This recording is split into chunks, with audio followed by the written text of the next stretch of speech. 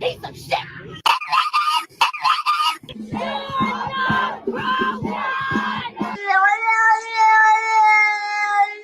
you proud of yourself? Where is your gun now? You need a gun because you're weak. No! You need a bullet because your voice is small.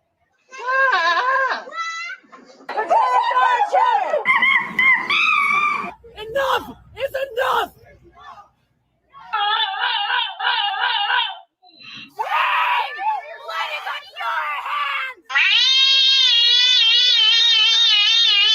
How do you fucking feel?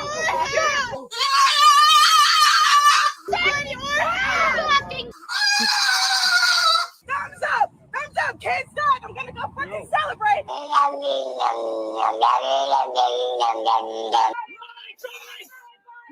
choice! Bro, that's not fucking talking, bro! That's not fucking talking!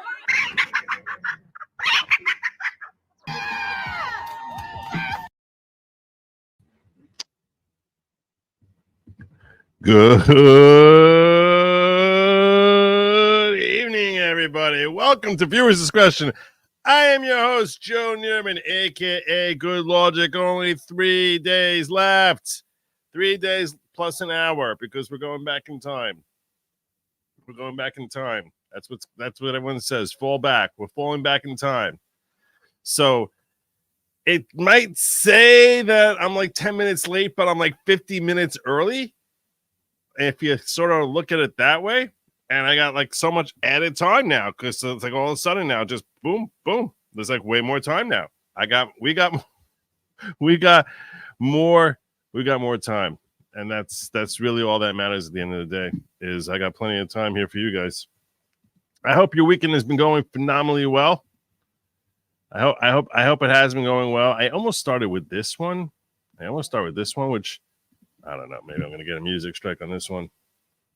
Who knows? I never know where it's going to come from. I can feel it coming in the air tonight. This feels like a music strike, right? It totally feels like that, right? I've been waiting for this moment for all my life. Oh, poor Peanut. Can you feel it coming in the air tonight? Oh Lord. I would love to hear him make a statement about Peanut. Oh Lord. Yeah. So there you go. Apparently, Peanut is no more. It's very sad. Most of you may be saying, who the heck is Peanut? Justice for Peanut. There you go. I knew Adrian would kick. Adrian couldn't stay away from a show where there's a central theme talking about squirrel murder. Our fine furry friends, because we here at the following. We don't believe in squirrel mutilation, and certainly not squirrel murder. It's terrible thing, just terrible, absolutely inexcusable. So some of you might be wondering and saying, who's Peanut? What's the story? What's going on with that? We're going to jump right in with that right now. So here's this guy Longo and his wife, who've adopted for the last 7 years a pet squirrel here in New York. And he's got a massive TikTok following. The squirrel does tricks. They hang out. And frankly,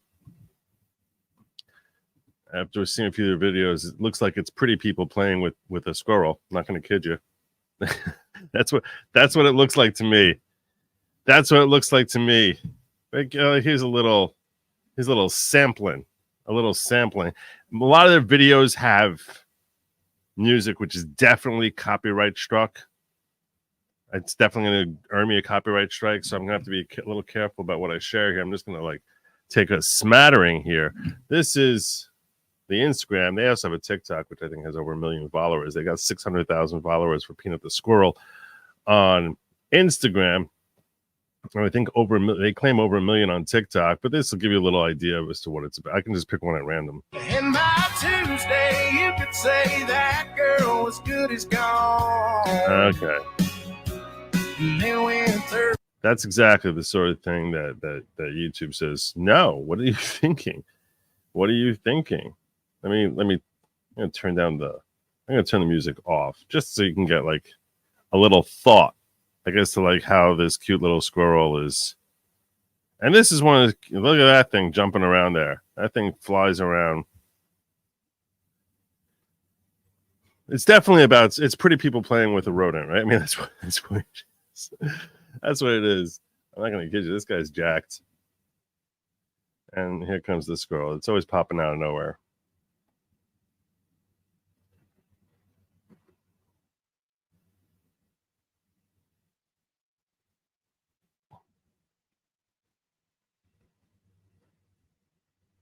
So, anyway, they accompany it with music playing in the background, obviously.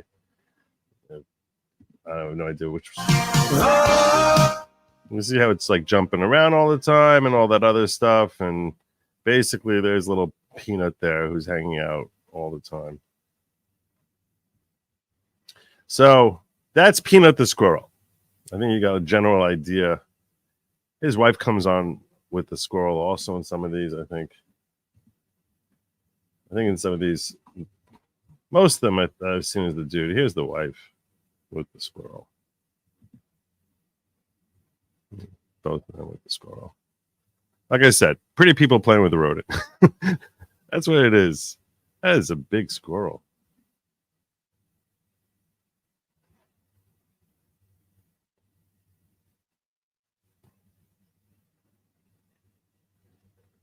All right.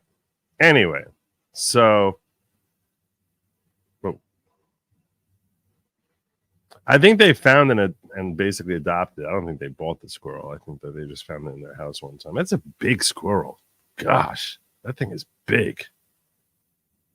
That thing is really big. That's a big squirrel. That thing, they've been feeding that thing a lot.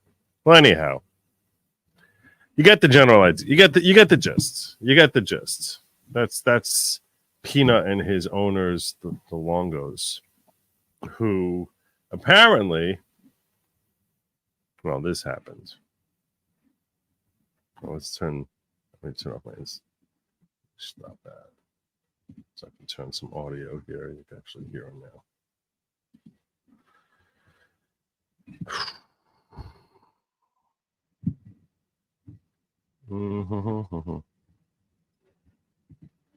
Peanut the squirrel. Peanut the squirrel. A beloved pet who was an internet sensation before New York State officials confiscated and then killed it. Killed it. No trial, no hearings, just state fascism, just flexing its muscle.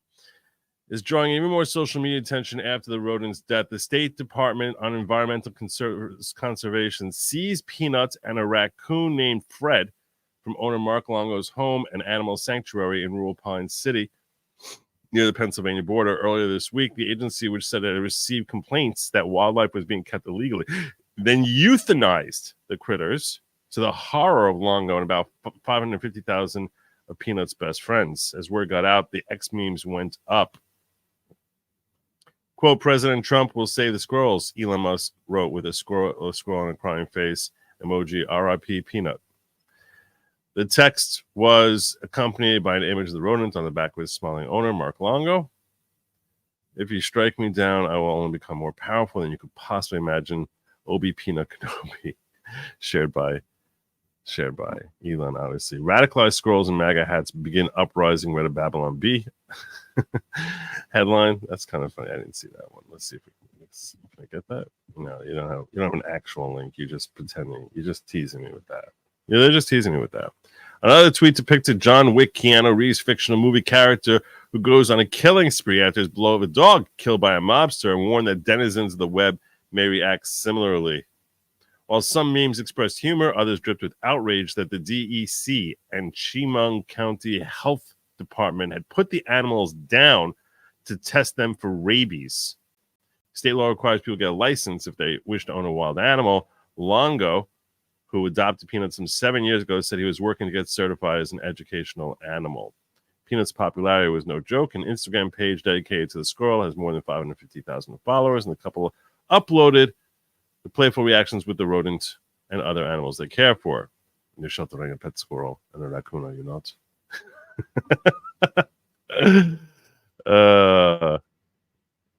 That's a nice little meme also. Illegal migrants, nothing. Pet squirrels, yeah, there we go. So, and they established the animal sanctuary called Peanut's Freedom Farm last year, inspired by the squirrel. Longo told his followers. Here's a little update. Everyone, I just wanted to update all of you, but I would first like to say how grateful I am for all of the love and support. You guys have no idea how much you have gotten me through the day and a half of just torment and a nightmare. I can't believe what transpired yesterday. I'm going to leave the details out of it, but we have the understanding that the DEC will not tell us whether or not Peanut is alive or not. So that's before they confirmed he was dead. I can't give you a definitive answer of whether or not he's still here with us. I hope we have an opportunity to take him back and continue this journey on starting a nonprofit in a squirrel's name. Starting this nonprofit has been a dream come true. Showing the life of a squirrel has been nothing but incredible, and I can't thank you all for the love and support. So please continue to check the GoFundMe out. Please donate if you can. We have hired a legal team, so there's going to be a lot of expenses coming our way. So I just want to say thank you for everybody who signed petitions and emailed and called and really supported us. Hopefully we can bring Peanut home, but I can't do it without you guys. So thank you so much. I think it's a reasonable question. I mean, I guess, he's a pretty big black squirrel who's adept at jumping through hoops. So he's probably identifiable to some degree. From the bottom of my heart, I love each and every one of you. Thank you for looking out for me and my family and the animals. And this is true. Farm. What Tam is saying, well to me. So thank you, and I will keep you updated as we go along.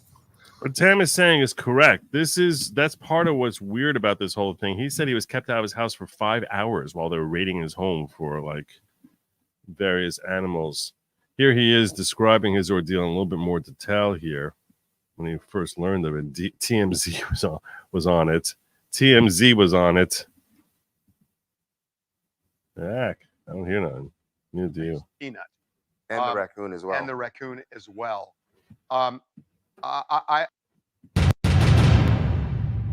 We just learned that they have euthanized Peanut. And the raccoon as well. And the raccoon as well. I am so sorry. This must be really difficult for you. It not only tears my family apart, but Peanut was the cornerstone of our nonprofit animal rescue. And 10 to 12 DEC officers raided my house as if I was a drug dealer. I was sat outside my house for 5 hours. I had to get a police escort to my bathroom. I wasn't even allowed to feed my rescue horses breakfast or lunch. I was sat there like a criminal. After they interrogated my wife to check out her immigration status, then proceeded to ask me if I had cameras in my house, then proceeded to go through every cabinet, nook, and cranny of my house for a squirrel and a raccoon. They got a search warrant? They got a search warrant. 4 departments and a judge signed off on a search warrant for a squirrel and a raccoon. And then they took them and killed them.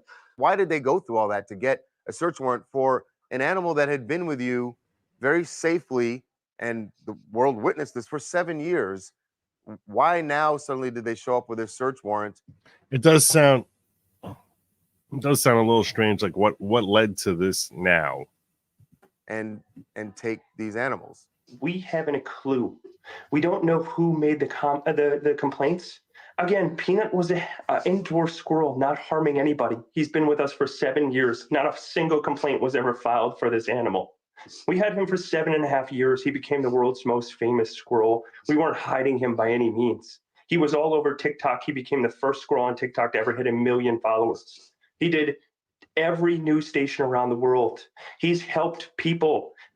He's helped kids gather joy. And then we started a nonprofit animal rescue called Peanut's Freedom Farm to help animals like Peanut fight a good fight when they're in a neglected case or they're sitting in a slaughter auction. and he was the cornerstone of our life and our organization.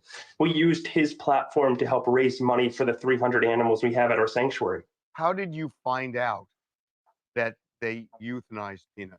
They haven't messaged me. They haven't called me. They haven't given me a formal statement whatsoever. The last time I heard from the DEC was when they left my house. Another news station called me with their statement. And that's how I found out Peanut was gone. They didn't What even- happened? Oh, I know what happened. Never mind. Don't worry. Keep going. Have the heart to call me themselves to tell me what was going on. This state has more problems than a squirrel and a raccoon, and we're using our taxpayers' dollars to help take these animals out of a comfortable place, all because of some paperwork. The statement released that Peanut bit one of the people. Peanut's bitten me 5 times in 7 years. Peanut also is an animal that only knows me. So why wouldn't you have protective gloves on and protective equipment to allow an animal like him that to bite you? Also, to be honest with you, I don't buy it whatsoever. The fact I didn't know about squirrels ever in my life, and when I came to Peanut a couple of years ago, like, he would have never bitten me. Like, he never bit me. the complaints we're told are anonymous. So anonymous claims got the state to get a search warrant, which was signed by multiple different departments and a judge. By the way, I'm not a big fan of squirrels. Sorry, Adrian. But yeah, I'm not a huge fan of squirrels. I also see through the furry tail. I see through it. I see through the furry tail. I'm sorry. This was wrong. It shouldn't have been put down. There was no reason to do that. It wasn't harming anyone. You know, quite the contrary. It seemed to be bringing joy to people. And all kidding aside about squirrels, and I mean, to them, he was a pet. So imagine that the state just comes, takes your dog, and puts it down.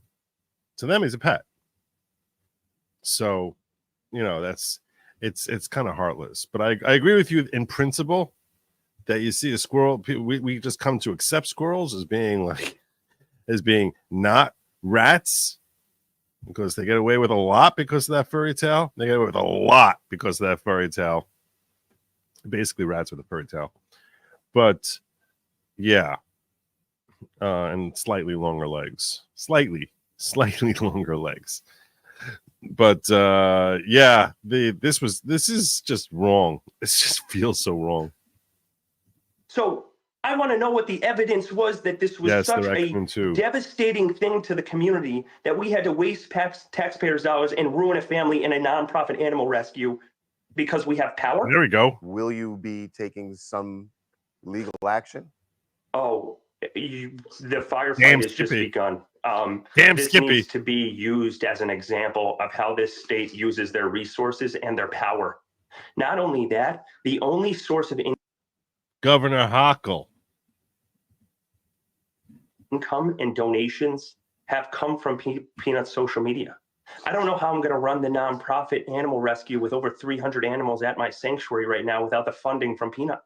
Yeah. My wife and I work 3 jobs to pay the other 50% of the $20,000 we have to accumulate in funding a month for these animals. They just took my best friend for the last 7 years. And we'll never bring him back. And the sanctuary is called Peanut's Freedom Farm. And you just took Peanut out of the Freedom Farm of our organization.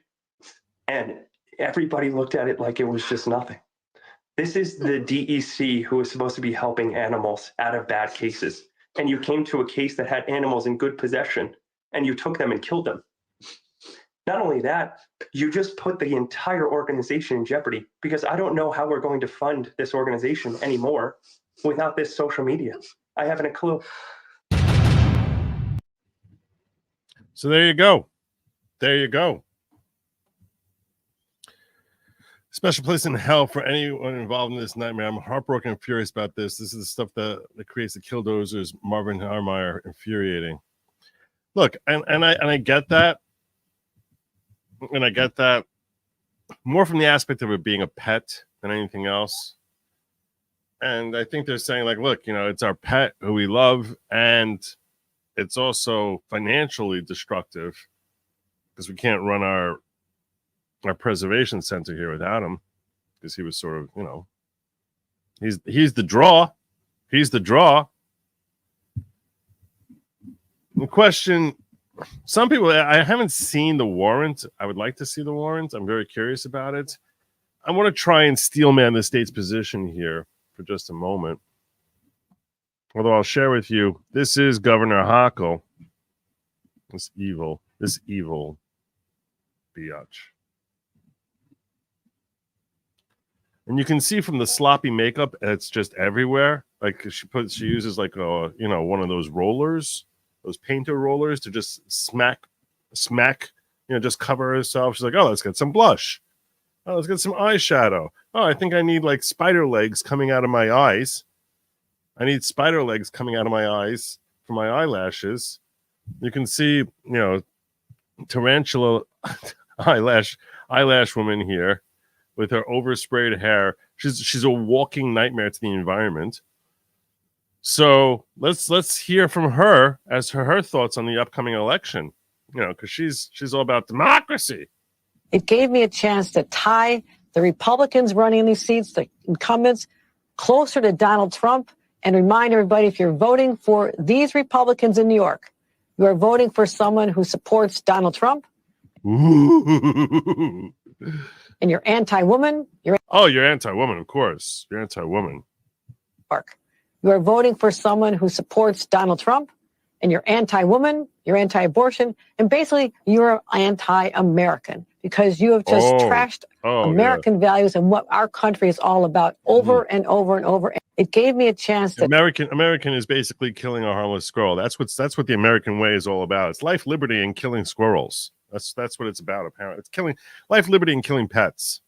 I guess that explains why you would bring in like countless Haitians, right? That's why you would do that because according to Kathy Hochul over here, according to her, that's what America's all about. You're anti-abortion, and basically you're anti-American. Yeah, America is about let's kill pets, kill everyone's pets. That's what America's all about, according to makeup lady over here, scary clown woman. God, what a terrible disaster she continues to be.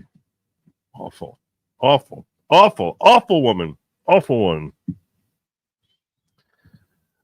Hey, Ruby Ridge started with a dog. Peanut is symbolic of what they could do, not just your pets, but your families. And it's true. I can joke about it being, just a squirrel. And I thought about going that route because I'm like, that's definitely an element here. But on the other hand, you can look at it as a pet, and you can also look at it the way Bob that God made mad is talking about is this is classic state over tyranny of like overreaching of like we're just gonna stick our hand in and take from you what we don't like. And yeah, I mean that's what Kathy Hochul has always been. That's what she's always been. And I'm sure she wasn't involved in this particular incident. However, it's reflective of the way the way the left runs the state in general. Really now, give me the first of the 10. I need 10 orange ones to do a Trump dance tonight. So we're gonna if I get 10 of these orange ones tonight, orange or higher. It could be higher. Someone is trying to buy the land they have sanctuary on. They did it here in Georgia with Noah's Ark. Use the bird flu to come in and slaughter all their avian animals, make it so they can't pay for it and sell it cheap.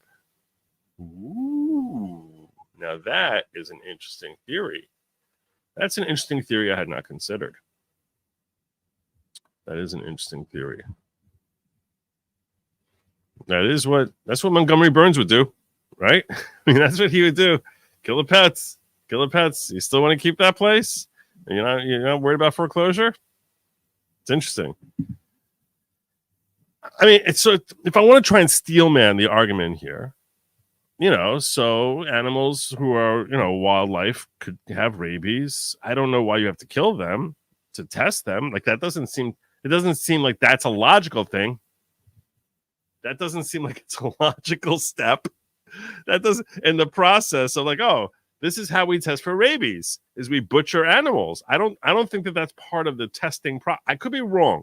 I'm not a veterinarian. So no, look, YouTube wants me to tell you, I know nothing about animal medicine. Zero. I know less than nothing. All I know is if it's a horse and it gets a scratch on its nose, you basically have no choice but to shoot it in the head.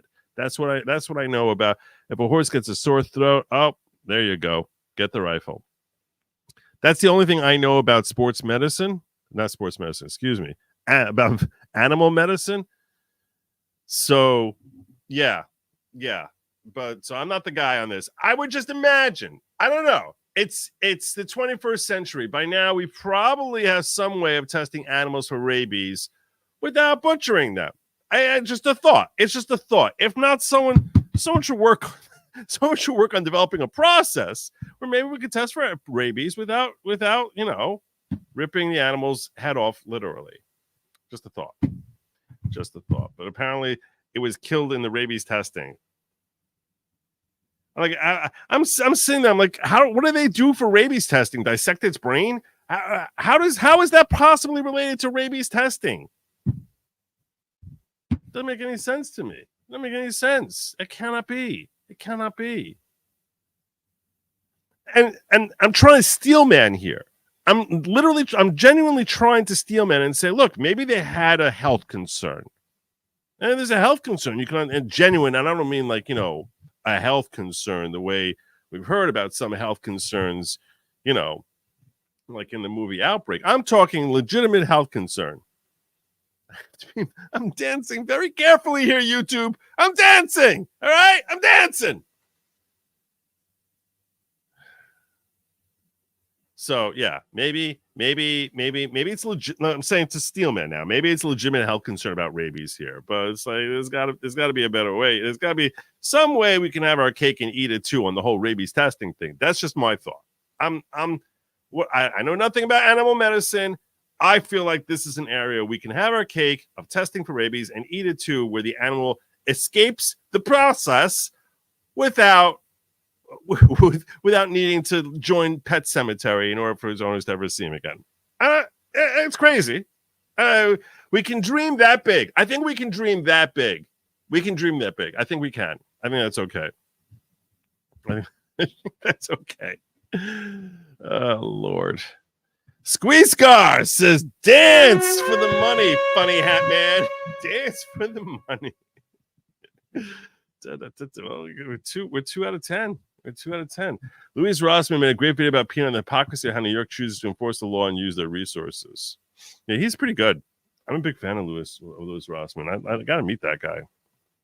I know he moved away. I'm pretty sure he moved away from New York. I think he used to live here. Not that I'm in New York. I'm in New Jersey. I still call New York here just because I spent the first 35 years of my life living in New York. So I'm probably always going to think of New York as here. I could be like, I can move like 6,000 miles away. I'll still think of it as being here. It's a sad story. Sad story all around. Ramalon says, check out the betting on Kalshi, Joe. They paid to fix the betting similar to 2020. The betting on Kalshi? I don't know what Kalshi is. What is Kalshi? Let's train U.S. election? No way. This is easy money. This is easy money. Get out of here. Only 51.49 on Polymarkets. He was as high as like 60%. I think he came down to 55%. And we're going to talk about that and perhaps some factors which played in on that. But so you tell me October 29th, it was 64%. And now it's 50. And now it's 51.49. What the hell? What the hell? What the heck could have possibly happened? For weeks and weeks, going up, and then all of a sudden, now it comes crashing down. That's funky.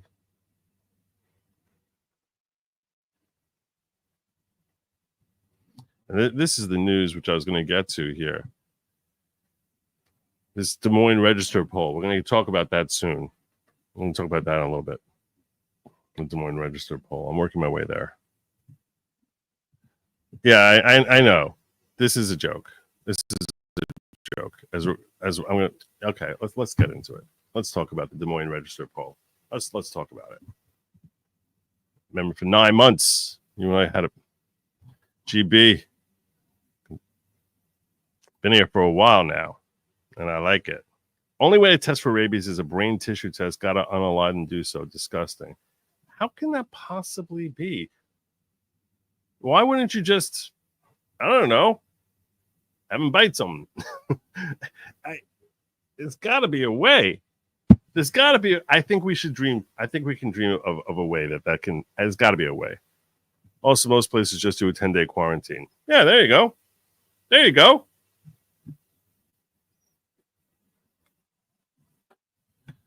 All right, now I got to check out Polymarket. Let's see where Polymarket's at.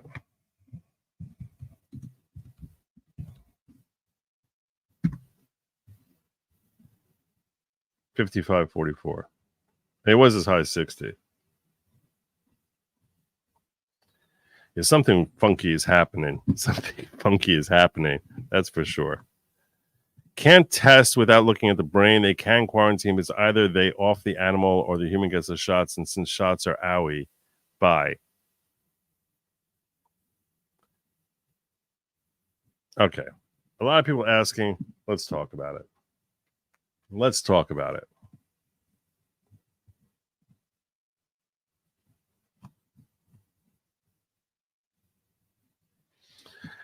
Everyone is asking about this poll right here. Des Moines Register says in Iowa, of all places, which Trump won both in 2016 and in 2020, first by 8 points and then by 9 points against Biden, that all of a sudden, somehow, they have Harris coming up at 3 points. So now, with each of these polls, you can always check the polls by clicking on it. And then you just click on the poll, and they're supposed to take you to how they got to their results and their breakdown of numbers, and they don't really do that. They don't really do that. The other thing that I'll point out, you might not have noticed. Now, Des Moines Register, to be fair, has traditionally been a relatively. The reason people taking it seriously is because they have been relatively accurate in the past. Someone got to explain to me, like Brianne Banenstiel was the author here, claiming that Kamala Harris leads Donald Trump 47-44. New Des Moines Register MediaCon Iowa poll. A victory for Harris would be shocking development after Iowa swung aggressively to the right in recent elections, delivering Trump solid victories in 2016 and 2020. Poll shows that women, particularly those who are older or politically independent, are driving the late shift toward Harris. Really? All right. Okay. All right. Well, let's take a look at that. Let's take a little closer look at that. First and foremost. So you tell me Emerson comes out Trump +9 the same day in same state in Iowa, and this +3. The entire country is breaking sharply toward Biden, but Des Moines Register somehow has an 11-point swing from the last election, where there was an 8 or 9 point win over Biden. All of a sudden now, this is going 3 points to Harris. The rest of the country, yeah, that's all. Everyone says that there's like a hard shift over to the right. Everything's hard shift right. But just Iowa, for one reason or another, that's a really good poll. Okay.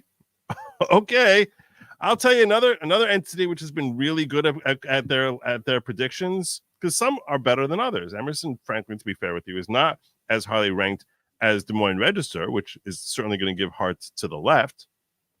But I'll tell you that one of the best polling places has been Atlas Intel. Atlas Intel has been arguably the most accurate pollster over the last couple of election cycles.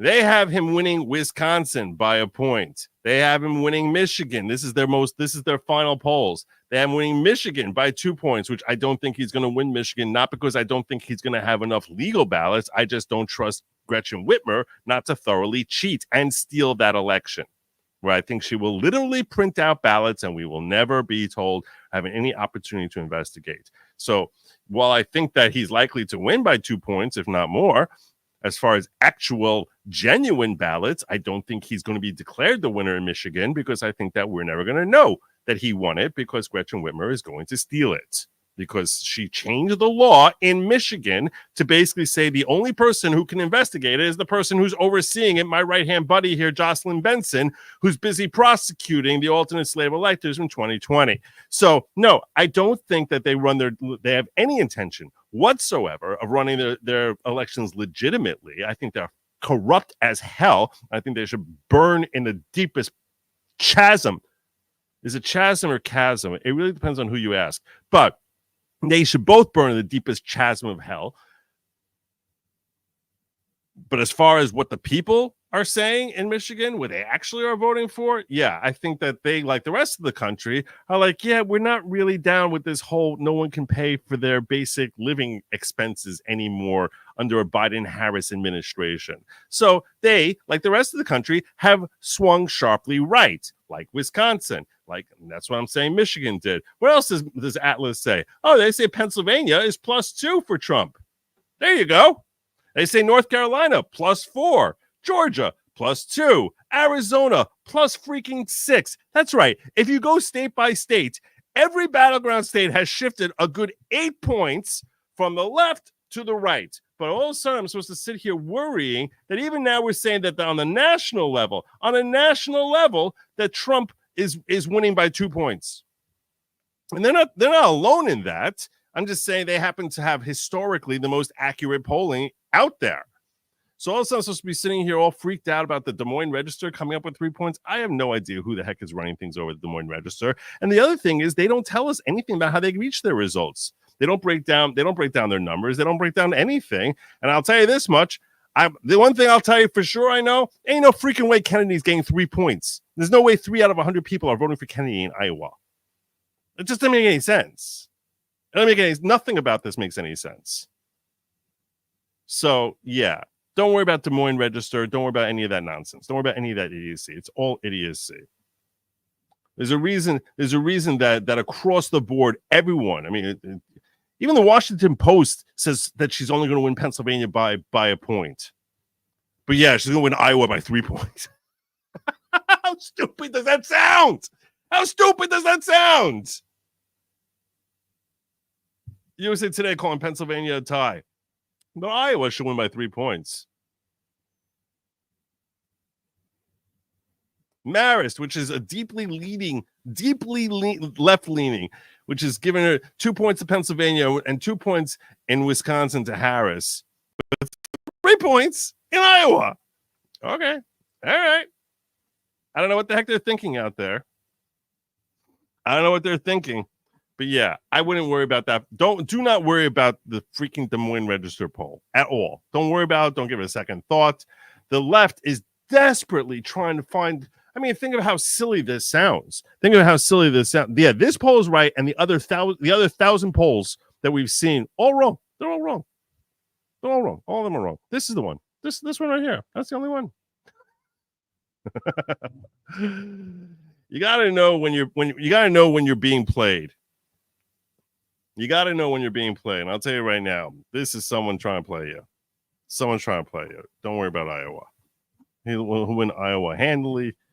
He's going to win Iowa by 10 points. Easy. In his sleep.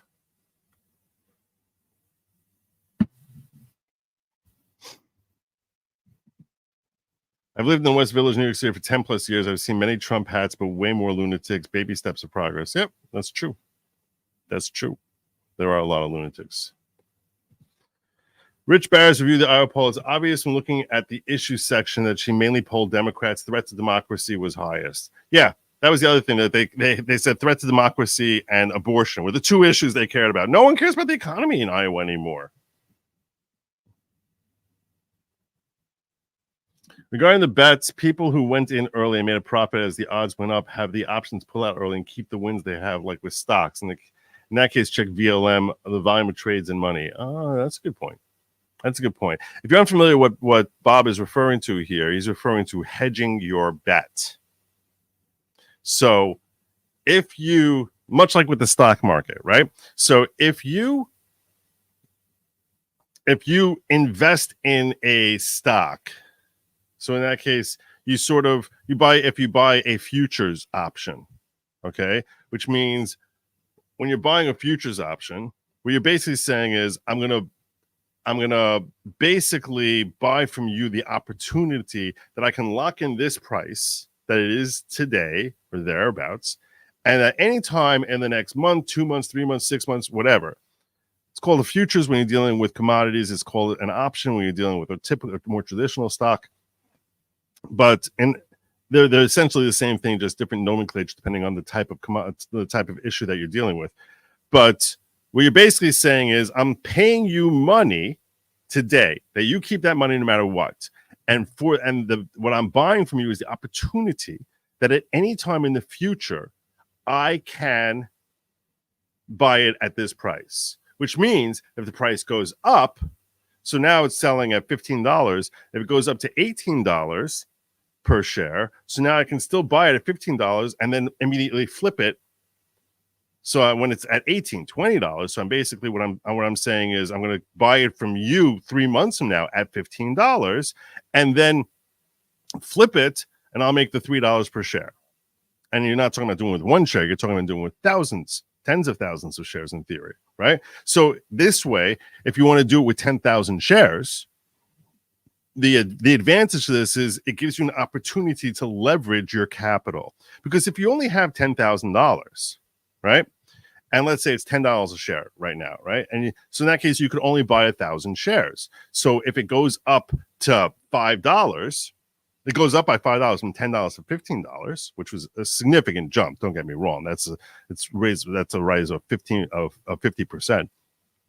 But if it goes up by $5, so you would basically only the amount of money you're making is basically 50% of your money. That's it. In other words, now I'm going to sell those $10,000 worth of stocks for $15,000, and I'm making $5,000. Well, if instead of doing that, I say, you know what, I'm going to buy from you the right to buy 100,000 shares, and I'll give you $5,000 today. I'll give you $10,000 today for the right to buy 100,000 shares. So now, when that price goes up, instead of having only 10,000 shares, you're able to get that $5 increase times 100,000. So you might lose if it doesn't go up, and you never exercise the option. You might lose that money. You might lose that money that you had there. But if it does go up, if it pans out, you can win really big. Now, another thing you can do is this. Let's say you buy this option on January 2nd, and you have the right to buy it anytime through July 1st. And within the next month, it goes up to $14, $15, $17. Well, now the option itself, the right to buy it, is worth a lot of money. So what you can do is this. You can hedge your bet. And you can basically say, okay, now I'm going to buy what's called a put. And when I'm buying a put, I'm basically saying that if the price comes crashing down, I'm going to buy a put in at $17. And then I'm going to basically say, if the price comes down, I'm going to make money on it going down. So you're sort of off. If you think about what you're doing, you're actually offsetting your initial bet, but you're sort of locking in that you're going to be making money one way or another here. So that's a way that people will hedge. That's the origin of the term hedging your bet. So that's why what Bob is suggesting is those people who invested in Trump winning. So now the value of those bets has gone up because a lot of people think he's going to win a lot more than thought he was going to win 4 months ago. So now if they bet on him to win, now is a good time to sell it off in case somehow he doesn't and things collapse for him. So in that case, you're still locked in that you're making money here. So that's what he's suggesting is happening here, which is a logical perspective. If you're looking at it from a financial perspective, which anyone who's investing in betting on election is going to be looking at it from a financial perspective. This is a pretty insightful point from Bob here. Thank you, brother. The whether you vote is public information campaign is implicitly threatening. Not quite the Stasi, but not good. You're saying just that publicity, the fact that it's public information as to whether or not you voted in this election or in 2022 or 2020 or other elections, that it's designed to intimidate you. Maybe. I see what you're saying there. Joe, you and your chasms, your cicadas. You have a good memory, Beak Boop. You have a good memory. I forgot about that. The smart thing would be to bet on Kamala winning. That way, if they rig it and she wins, you get paid. If Trump wins, your taxes go down. Win-win. There you go. It's a different way of hedging, but it makes sense. DNX, the Hill puts Trump plus 10 in Iowa. Yeah, that's like he's winning Iowa. Everyone knows. I just said he's going to win by 10. I don't need the Hill to tell me this. He's winning Iowa. Don't worry about it. Don't worry. It's fine. My main issue is the economy because it will make my abortions more expensive. Obviously, that's everyone's main issue.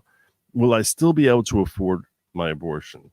That's what I need to know. So, suppy diggers, YouTube is relaxing censorship. Well, that would be nice. I'll believe when I see it, but we can all dare to dream.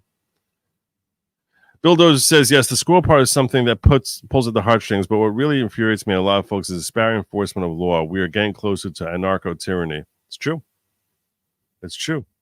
Soltron says he can find another peanut. They're literally everywhere.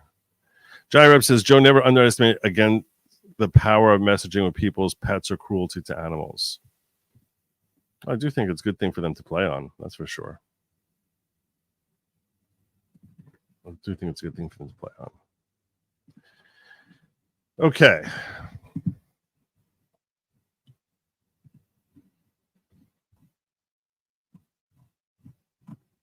Next story I wanted to share with you all here. If you're not in New York, we'll stick in New York here for a moment. We were just talking about Peanut a little while ago. New York Post is reporting. This, I guess, is NSFW. This next story I'm covering here is NS. Not safe for work. So if you're at work, bear in mind, this next story is a little lascivious. It's a little out there. It's a little hide. Turn the kids away. Turn their attention away. Maybe hide your phone. I don't want people to, but it's a story that I have to cover. So I apologize. It's a family show, and I'm going to try and cover this as PG rated as possible. But it's a story that I really have to cover because, well, it's election related, and you have a right to know. So, New Jersey woman rips off top, votes in bra after being told to ditch MAGA gear. This is true. She said, "Look, I can't wear MAGA gear. Okay, shirt gone. There you go." She just takes off her shirt. And here's the story. New Jersey, now that's a vote of confidence. A New Jersey woman tore off her top, swung it like a lasso in defiance, and voted in her bra after being told she couldn't wear a MAGA hat and Trump shirt at the polls. The white-haired woman, that's her right there, was casting her ballot early at a firehouse in Hamilton Township, about 5 miles east of Trenton, on October 26, when a poll worker asked her to take her pro-Trump hat off and get a jacket from her car to cover her shirt. Instead, she decided to vote like that. There you go. I apologize up front. Keep it under control, guys. Jill Moyer, the Mercer County Board of Elections chairperson, tried to tell the woman she would hold her place in line, but there's no need. Before I can get it all out, she took off her shirt and flung it around. The brazen woman flipped poll workers the bird and shouted, "Suck my..." I don't know what she's... my... cat? Suck my...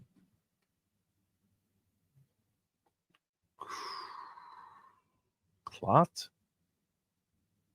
I don't know what that's supposed to be. Suck my chicken.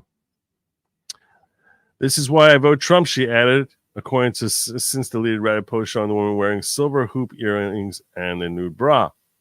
Moyer went to call the police, but the unidentified woman quickly cast her ballot and left. So there you go. Let's go, Brandon. Jersey's electioneering laws bans any political gear that can be read or viewed to identify support of opposition of a candidate. The post, later shared and deleted by author of Kamala Harris circuit Mark Green on X, caught the attention of Trump running mate Senator J.D. Vance, who shared it. What a patriot, Vance wrote, according to screenshots. I buy that lady a beer, one man commented on social media. Others disagreed. So there you go. I had a conversation where I was talking to Lady Lawgic about this woman and this story. And a lot of you asked me this question. So I brought this up when I went to vote, that they have signs saying you cannot be wearing paraphernalia, which is supporting a particular candidate. And some of you were saying it's America, you should be able to say whatever you want. I can actually understand limiting in this context, because if let's think about this for a moment, okay? Well, it's a funny story here with this woman. Well, it's funny. Well, it's an amusing story to see some old woman just lasso around.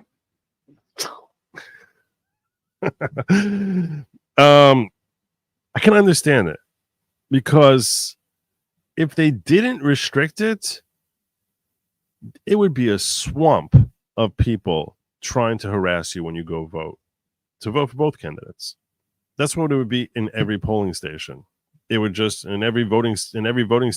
It would just they would just be all over you. So I can understand saying, we don't need people being pressured while they're about to walk in. You can. There's plenty of time to advertise to them leading up to the election. You don't need to hit them as they're walking into the voting booth. So I can understand that they're going to have. Now you can limit it by basically saying, you can't talk or hand out material, but you can wear stuff. So that's already stretching restrictions on freedom of speech, which we should always be very, very, very, very, very, very cautious on before we agree with it. So I don't think it's like I'm hesitantly about to say something I'm sort of like thinking through. It bothers me more in principle than it does in practice, if that makes sense. Like, it bothers me just because I'm always terrified about giving any quarter to the notion of suppressing speech in ways that may be excessive. I just look at it as saying, is it really like that? Is it really infringing on you?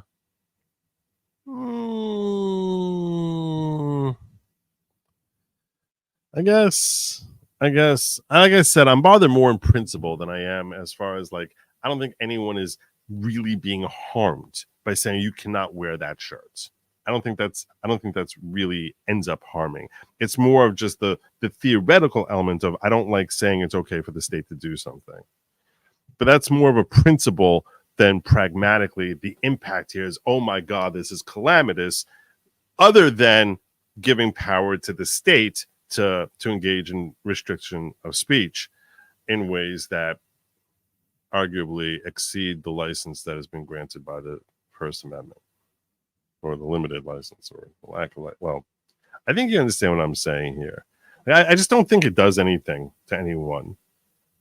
But on principle, I don't like it because I don't like supporting. I don't like allowing the state to shut anyone up in any circumstance. That is an absolutely compelling need. Big Poop says, I got one of those, whether you vote or not, is public info letters. It listed the members in my house and our voting records last 4 elections. It implied they would out you to your neighbors. That's freaky. That's similar to what he was saying. That's to what Cars in Depth was saying. That is a little, this is what he was talking about. That's a little freaky. That's a little freaky. What Beak Boop is describing here. That's kind of wrong. That's pretty messed up. And a lot of people are doing this. They're wearing reflective safety vests to look like a garbage man or wearing garbage bags. And I do think it's kind of like a way of making it like fun. It's like, you know what I'm saying, but you can't really say I'm saying anything. There's no way to, there's nothing written on here. What's wrong? This is what I'm wearing. Thank you. Thank you very much. I appreciate it. That is definitely some enthusiasm that woman had. She's very expressive in her enthusiasm. Yes, I think it was pants she's wearing here. This looks to me like pants, but yes, we're all glad she left the pants on. This is just.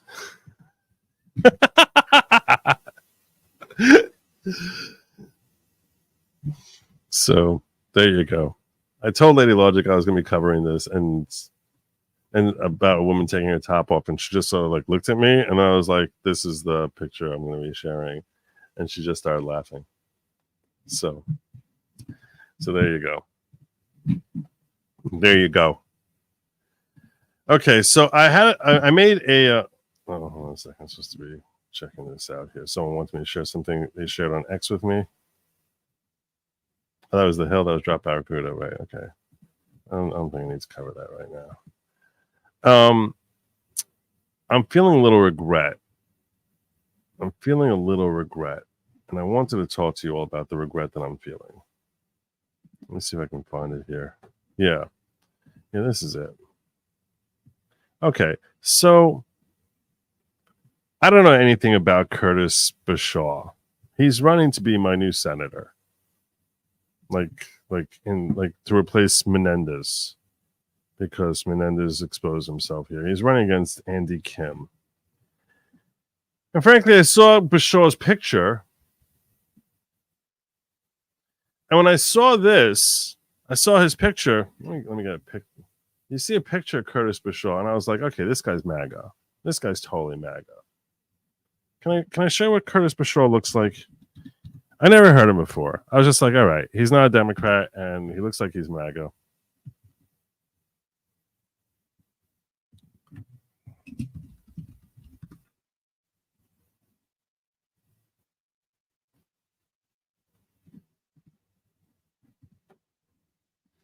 So I saw this picture, and I'm like, yeah, this guy's totally MAGA. This guy's totally MAGA. That was the first take I had. I was like, this guy is gonna be like some base, I'm busy. I just finished skinning a bear, and now I'm gonna go skin Congress. That's what I pictured. That's really what I pictured. I'm not gonna kid you. That's exactly what I pictured. I just finished skinning a bear, and now I'm gonna go rip apart Congress. That's what I was picturing. If you I think the photo they use is like this photo. I don't even know, but that's what I pictured.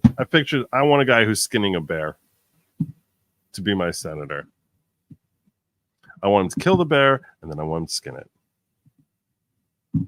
So that's what I was like. Oh, okay, I can get behind this guy. Sure, I'm gonna totally behind him. Never heard him. Didn't know anything about his policies. Just knew he wasn't Andy Kim. And I was like, all right, I'm cool with this. Okay, fine. So then tonight, I was just like, I'll let you. Tonight, I was like, let me hear Curtis Bashaw. Let me hear where his positions are. I already voted. I can't undo it. So let me hear. Let me hear Curtis Bashaw. All right. I'll let you all hear Curtis Bashaw here. Because I'm like, okay, this guy's going to skin a bear. This guy, look at him. He's got the hair of a guy who's going to skin a bear right there. He's going to skin a bear for us. That you never expected to learn.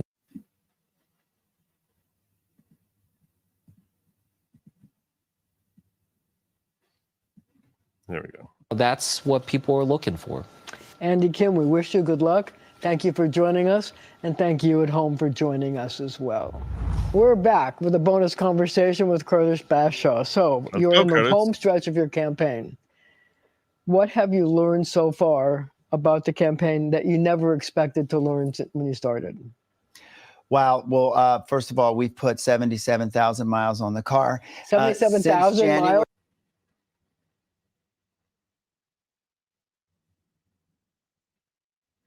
He's not skinning a bear. He's not skinning. That voice is not skinning a bear.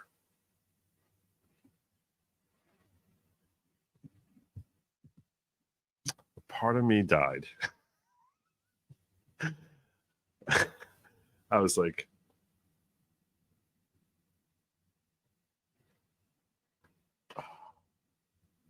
I want a bear killer.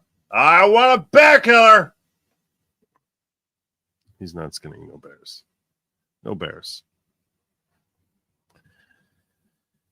February 15th. Come So on. I've learned that New Jersey is a very big, small state. That's and you one. and you need a new car. It's still holding together, a little bit of scotch tape, but no, it's been the most amazing thing, Marcia, to travel. This is the strong option.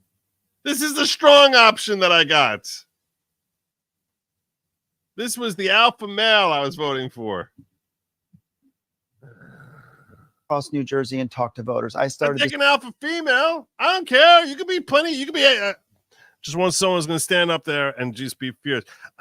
I would trade him for a Harriet Hageman in a heartbeat, just from hearing his voice. Just from hearing his voice. I mean, frankly, who am I kidding? I would take Harriet Hageman in every position, in every political position imaginable. That woman is amazing, brilliant, whatever. You don't need to be a strong man in order to win my confidence. Not at all. You can be a strong woman. You just need to be strong. And this voice, when I heard this voice, I was like,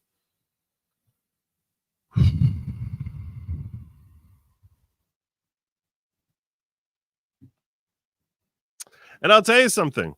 I do learn through the course of this interview that he is gay. He talks about his married, his partner, his husband. I don't care about that either. Lots of strong gay men. Lots of them.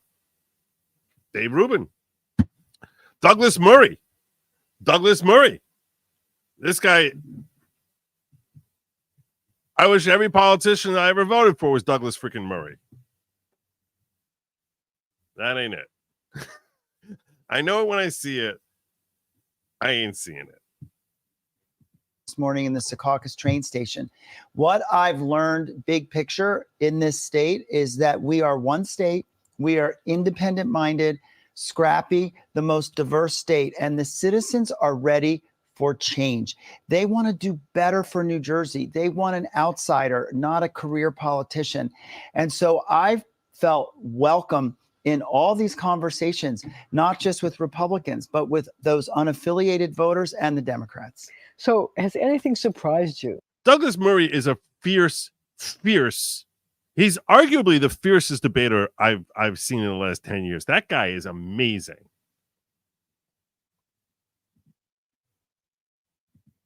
Yeah, exactly. I don't want to hear someone who's describing me as being scrappy. That's the top of the list. Oh, I learned the Jersey people are scrappy. No. Scrappy. No. Oh God. Stop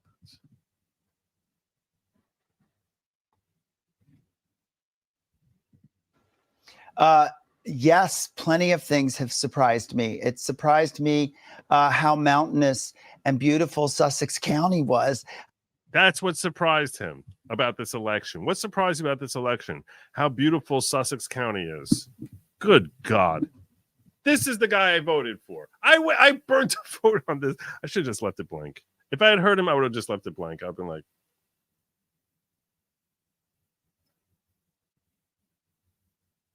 why? I didn't know there were so many lakes. It's surprised me how angry so many people are about the border crisis and the fact that there are 500,000 people living in our state. It's not just making people feel unsafe. It's unfair. It's a non-level playing field, and it's costing us a fortune. So we talk about scarce resources, housing. So the anger about that, they want to redirect. I actually can picture him like just stamping. Not fair. That's what I picture. This is terrible. Oh my gosh. It should be common Why? sense to Why can't I separate just border have like a security regular from immigration leader, policy. like a So leader speaking type about the leader anger, leader? it really appears that we are a nation divided. Have you found that to be the case as you've traveled and talked to voters? And have you have any ideas about how we can fix that? I actually have been surprised running this campaign in New Jersey how much voters agree on issues. Really? And they're being stretched out of the boxes we tick. So, you know, we're supposed to be all this if we're a Republican or all this if we're a Democrat. And I feel like voters. I'm a real neocon here. This is what I'm getting. Everything about this interview was just filling me with buyer's remorse. Filling me with buyer's remorse. On the plus side, he's probably not going to win. I haven't checked the polling, but from what my gut says, he's probably the only way he'd win is if he manages to ride Trump's coattails. I don't see it happening. He's not going to win. He's not going to win. Terrible. I was very, very bummed. So I wanted to share that with you. Cult leader, you need to promote the followers the need to support the program in orange. If I get 10 oranges, Trump dance. So I don't know what more you could want. What more could you want? This election is the people versus the system, really. That's true. Interviewer's day starts with a bear claw and a whiskey, probably. Yeah. Vote red down the line and no to all on the back. I don't know what the back is, but for all we know, he's a bear trap on Fridays. I don't think he is. Oh, when you say bear trap, I don't know. Sounds like it might be. I do live in New Jersey, so.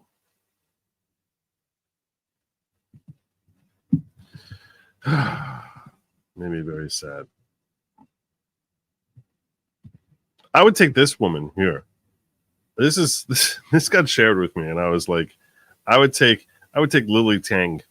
Lily Tang was running for the House in New Hampshire. You probably are unfamiliar with this race here between Lily Tang and Maggie Goodlanger or something like that. She's got some long name. Classic white woman. Classic white woman Democrat. Check this out.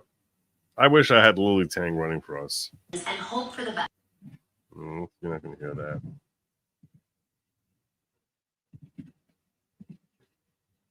Hope that the results will trickle down to hardworking people. I take a very different approach. I believe that the middle class deserves a tax cut, and I believe that we will do a lot for this country by ensuring that we don't continue this disastrous tax policy. Miss Lily Tang ain't having it. She ain't having it. I so wish she was running for senator in New Jersey. You are wealthy. You're worth $20 million to $30 million. How do you know about regular people suffering? Do you go shopping, go to Walmart, buy food? I talk to those people. And you pretend to be a renter in Nashua a few months ago, moved back to run for this open seat with millions of dollars from Washington, D.C. insiders. And the millions of dollars. I don't have money to run a TV ad. And you pretend you are poor, complain rent is so high. You couldn't save that apartment for other people to rent in Nashua. Just go back to your $2 million home in Portsmouth. Please don't go back to your $2 million home in Portsmouth. Say that because you do not understand regular people's concern. People cry in my arms on this issue. And hope for the best. Hope. Go back to your $2 million home in Portsmouth. Go back. Crying for renters. Oh my gosh. Give me Lily Tang. I'd take her. That's a bear. That's a bear right there. Take her every single time. Let's hear more from her.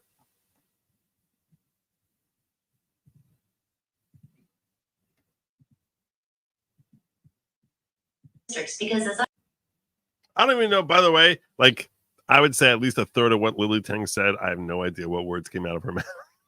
No idea. I still like it though. I still like it.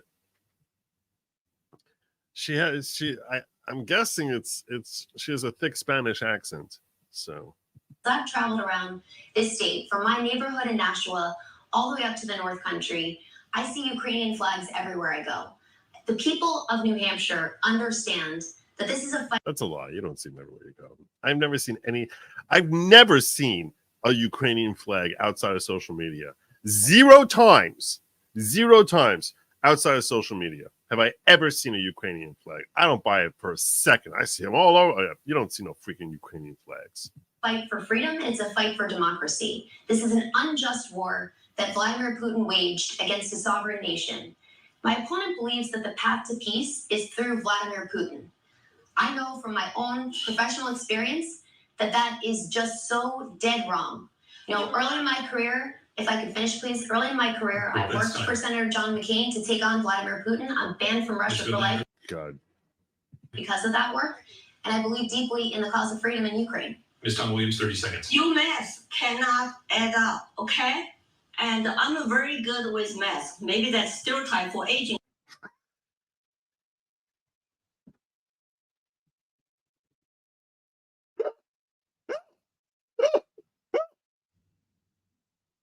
I've never heard this before. Oh my god! Oh my god! Oh my god! Oh my god! Your math did not math up. You know those Spanish folks and their math. You know the Spanish folks and their math. Oh my god! We need Lily Tang in Congress. We need freaking Lily Tang in Congress. The cause of freedom in Ukraine. Ms. Tom Williams, 30 seconds. You math cannot add up, okay? And I'm very good with math. Maybe that's stereotype for aging Americans. If you want to pay all she's I was sure she was Spanish. stuff you want to pay, then do your math. How are we going to pay for it? Show me the path. Borrow money from China or print money to drive up inflation. And you say Ukrainian flag every national. I have not seen that many. As I said, if Democrats want to do this, billionaires want to do this, neocons want to do this, please do. Donate your money. So many people have died. It's time to bring peace and talk to the table. President Trump is talking about he will be for peace deals as soon as he gets elected. We cannot afford to engage in endless wars. And your husband, Jake Sullivan, National Security Advisor, is causing world on fire because he's incompetent. He should get fired. Oh, Lily! We don't need to just get rid of you, Goodland. We need to get rid of your National Security Advisor husband.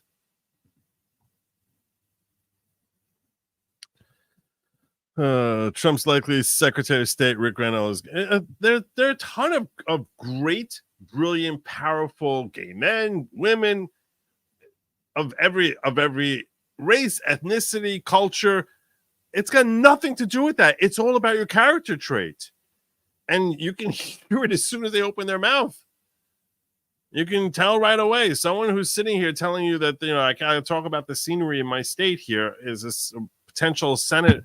That's the first thing out of your mouth. I'm sorry. It's pathetic. It's pathetic. You're sitting here with your little whiny voice. No. Just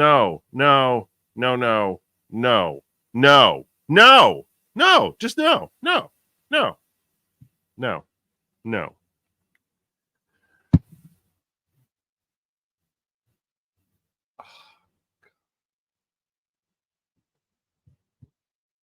Chinese lived under Mao's regime. No, that would explain why she understands communism better than most Americans. A Mao Revolution survivor. Well, there you go. She's great. Let's hear more from Lily.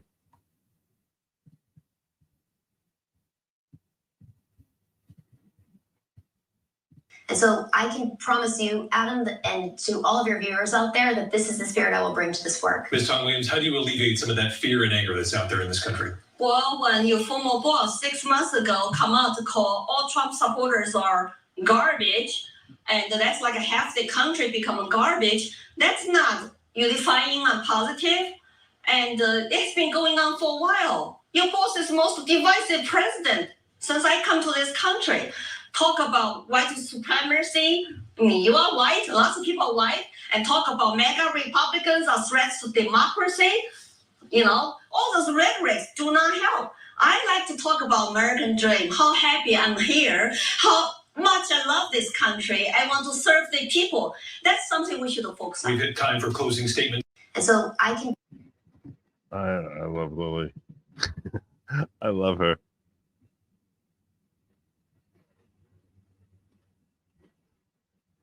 I love Lily. New Hampshire's a tough state for Republicans to win. But I think they're going to end up voting for Trump. Who knows? Who knows? Maybe they vote for Lily.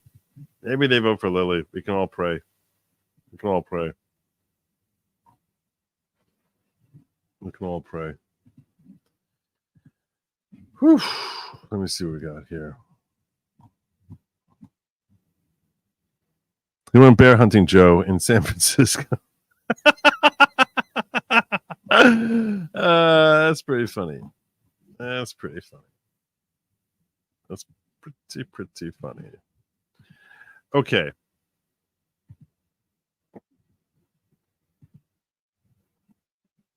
I got a few other tabs open here. Don't worry, some of them are longer than others. Some of them are longer than others. I talked to you earlier about polling. I want to watch with you here. Those of you who are worried about the Des Moines Register and their stupid poll. Here's Rasmussen. Here's their take walking into the election right now. Hello, public opinion aficionados. I should probably watch at human speed instead of the ridiculous thing I do. Welcome to Rasmussen Reports, the independent and accurate pollster who has now put the 2024 election season in the bag. We wrapped our polling and yesterday put out our final call, and we're going to get into it today. But I want to talk about accuracy. We are very accurate, and it's because we're trying to be. We're not All right, you're going to say that. Trying to shill for Democrats. And a real test of accuracy is being very close time after time after time. You've probably heard a lot of names thrown around as the most accurate pollster, and sometimes that is just the function of, a lucky cycle. But we are there at the top of the rankings, and we intend on being there again. So we put our final call out yesterday. We took a good look at all of our October data and sharpened the pencil and took a really good crunch, and we have the crosstabs. You're going to absolutely want to see them. But before you do, since we're talking about our state numbers today as well, they were sponsored by American. Let's go a little further here. 500-pound gorillas who are in there, fatiguing the panel, as it were. But we're used to that kind of garbage, and I'm very confident in these numbers. If the 2024 election were between Vice President Kamala Harris and former President Donald Trump, who would you vote for? And basically 12,000 U.S. likely voters, regionally balanced across the nation and weighted to these demographics, 48% male, 52% female. This one is a little bit more white, to be honest with you. We've been using 67%. Based on the early data, it looks like minority turnout is really depressed. And I'll also say that we are still weighted Democrat +2. And it's Trump +3. In other words, they basically got 51 for every 100 people is 51 Democrat, 49 Republican. And even with that, they come out with Trump actually being +3 here on the national popular vote. That might be a surprise to everybody who's been following our daily numbers. We've had Trump +2 week after week after week.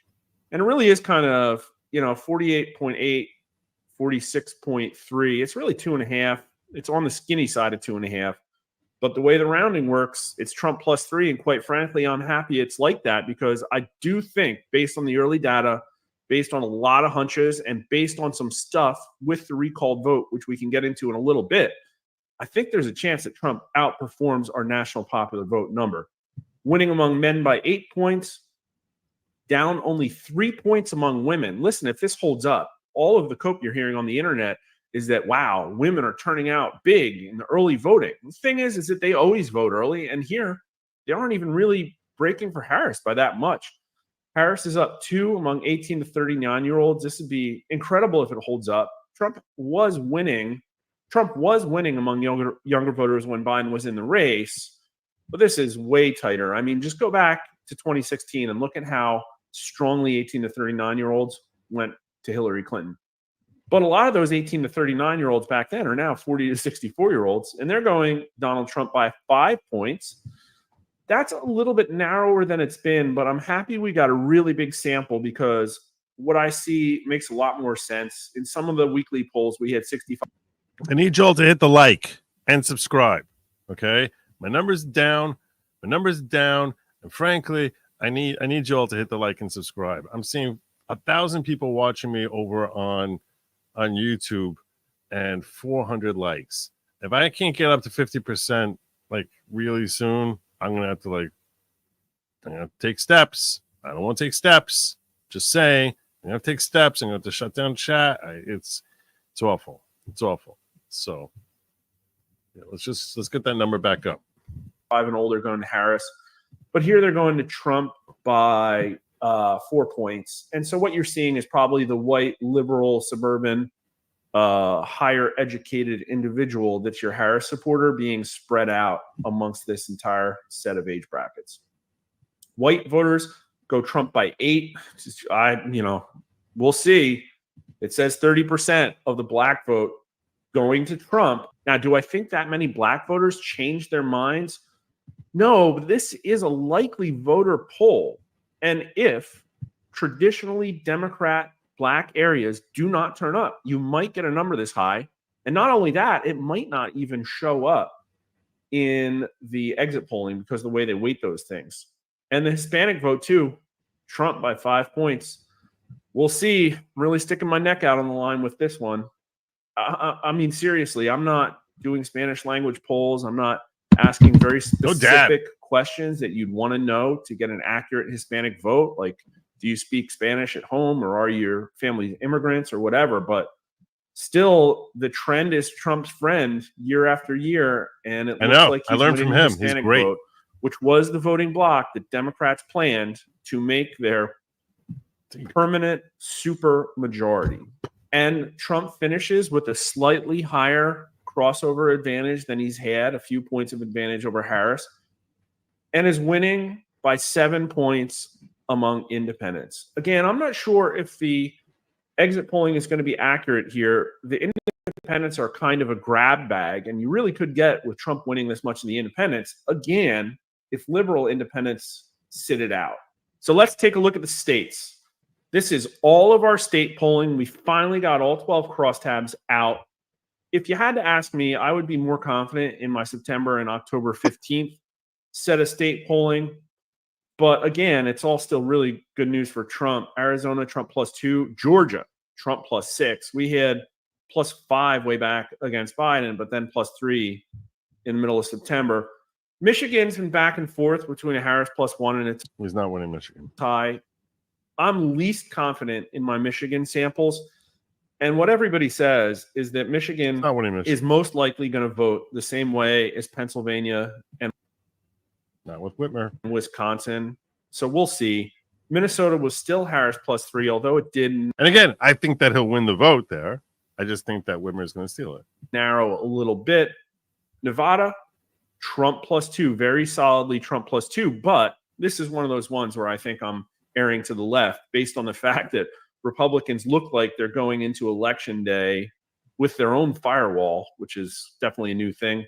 New Hampshire, Harris +1 within, I mean, that's a statistical tie. I think he's going to take New Hampshire. That is a possible Trump pickup. New Mexico, 1 point to the right. If Trump outperforms by a point or two, he's within the margin of error. North Carolina looks safe, as it should be. It went to Trump by 1.5 points in 2020. And when all of the national polling moves 6 to 7 points to the right, there's no way that one random swing state moves to the left. I just don't. But maybe Iowa will move left by 11 points. I'll see it. Ohio, I think Trump does better than this. Pennsylvania, Trump +3, Trump +2. I think Trump's going to win Pennsylvania comfortably. And I guess we'll just have to wait and see about the electoral hijinks. We had Texas at Trump +6. I think Trump does better than that. Harris +2 in Virginia within the margin of error and a possible Trump pickup. And then Wisconsin, wow. I think he's going to get Virginia also. Wow. Trump +3. And it really was. I mean, when I pulled it, it felt. I will tell you that Wisconsin's another state that makes me nervous as to how they run their elections. They make me very nervous how they run their elections. The +3 is encouraging. They're less likely to cheat than Michigan. But I think that it's going to be too big for them to rig. I think they allow people in there who basically, and the reason is they have same day registration stuff happening there. They don't clean up their voting rolls in Wisconsin. They're really a mess in how they run their elections. I just think it's going to be too big to rig. So I'm hopeful that he's going to take Wisconsin. Felt like rightward movement in the state. It's in line with Pennsylvania. That kind of makes sense. And we'll get into Wisconsin more in a little bit. To talk about the Senate quick, we've had Lake trailing 2 to 4 points last couple times we've run this. If Trump outperforms Arizona, and I think it looks like he will, she's within striking distance. The Michigan race, I think, was pretty close. Minnesota, there's no chance. Nevada, Sam Brown, we had one where he was really close and one where he was down big. I think it's the same situation with Arizona. I think the polls are underemphasizing Republican support, and the straight ticket effect might help these people. So Rasmussen, I would kind of put Nevada and Arizona into the same camp. If Trump, in short, Rasmussen is saying that everything is looking really great for Trump right now, and for the Republicans in general. That's essentially what that's what he's saying there. That's the guy who runs the Rasmussen reports, Mark Mitchell. So yeah, things looking good. Things looking good. Things are looking good. Grifty says, I've been working my elections. I want to share with you in a moment. The next story I'm going to is a crazy moment in a discussion on the Washington Post where a guy leaves. I've been working my elections for 10 days after tomorrow and work Tuesday. At least everyone else can do is go vote. There you go. There you go. Amen. Go vote. Freaking vote. Additional, because you can sit here. I'm just going to make this point. You could sit here and you could watch me. You could say, yeah. We really want to win. And then people some of them, a handful of you probably are not going to bother going out to get to the ballot booth. And what I'm saying is get your butt in the voting booth. Just go. Vote.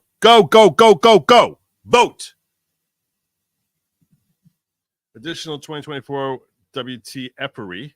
Shaquille O'Neal is legit festival DJ now under the moniker DJ Diesel. A DJ I know vlogged his experience. That is weird. Joe, watch Delaware. Trust me, it's close. I'm hoping we pull out New Jersey. I'm trying to pull out New Jersey. I think we might see some crazy states that no one even thought about being in contention.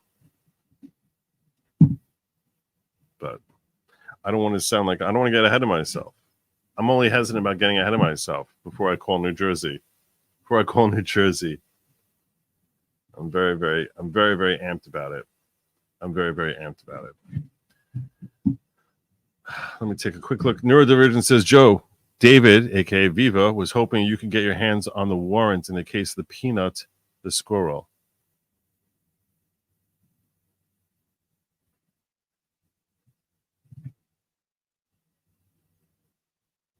Viva, how am I supposed to get?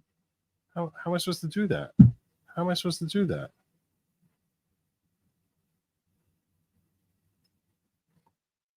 Your wife is blue no matter who. I asked her to please vote for anyone but Harris. It's really unfortunate. You got to sit her down and have her watch my show. Just a couple nights. We'll turn her around. No West. I can't explain it. I have no idea how to get my hands on this thing. I have no idea how to get my hands on the warrant. I'd love to get my hands on the warrant, but I have no idea how to even begin doing that. All right. I wanted to get to where are you? I want to see it here. Was it a YouTube tab? Let me think. There was a YouTube tab. Here it is. I knew I set it up. All right. You're going to like this one. Crazy lunatic Jonathan Capehart, who I never heard of before I saw this. Not going to kid you. He apparently Washington Post has a TV channel. Apparently. And this is the type of lunatics you see working for the Washington Post, is this black gentleman over here. Check this out. Ruth, let me stick with you, because is it me, or does it seem like this week Donald Trump is laying the groundwork for contesting the election by complaining that cheating was taking place in Pennsylvania, by suing Bucks County for alleged irregularities? And this is on top. For alleged irregularities. So he's trying to pave the groundwork for claiming, implicitly saying, falsely claiming, that there's cheating. And that's why he's bringing a lawsuit in Bucks County, according to Jonathan Capehart. Of his continual assertion that if he loses, it's because of cheating. Yeah. And this woman is another lefty lunatic. Look at this guy. This is Hugh Hewitt in the upper corner here, who I believe is right-leaning, but I think he's like a neocon. That's what he's been laying the groundwork for this, just not in the last week, but in the last umpty-ump months. You can quote her on that. He's been laying the groundwork for that for the last umpty-ump months. Some people just lay it for the last umpty months. He's going for the last umpty-ump months. No election can be fair unless in Donald Trump's mind, unless Donald Trump wins it. And I think we are going to see him both rev up his supporters to contest elections outside of courtrooms and go to every courtroom he can in America where it's relevant, to make whatever arguments he can, no matter how far-fetched. We saw Jonathan, I've got out last time, but it didn't work out this time. Finish you. There we go. Let her finish you. All right. Listen to Hugh Hewitt come at her. May not work. That may not happen this time. And now I'll let you go, Hugh. Well, I've just got to say, we're news people, even though we're at the opinion section. It's got to be reported. Bucks County was reversed by the court and instructed to open up extra days because they violated the law and told people to go home. So that lawsuit was brought by the Republican National Committee, and it was successful. The Supreme Court ruled that Glenn Youngkin was successful. We are news people, even though we have opinions. So you're sitting here saying, oh, they're just running courts to try and pave grounds, claim that there's cheating. Every time they're going to court now in this election so far, they've been justified. And we have to report the whole story if we bring up part of the story. So yes, he's upset about Bucks County, but he was right and he won in court. That's the story. This guy here, Jonathan Capehart, not happy that he just got fact-checked here, and this whole stupid segment that he's doing, he kind of looks like an idiot. So he's going to take it to the next level. I'll let you keep going, Jonathan. No, I don't appreciate being lectured about reporting when many times you come here saying lots of things that aren't. I won't come back. Now just listen to what he's saying.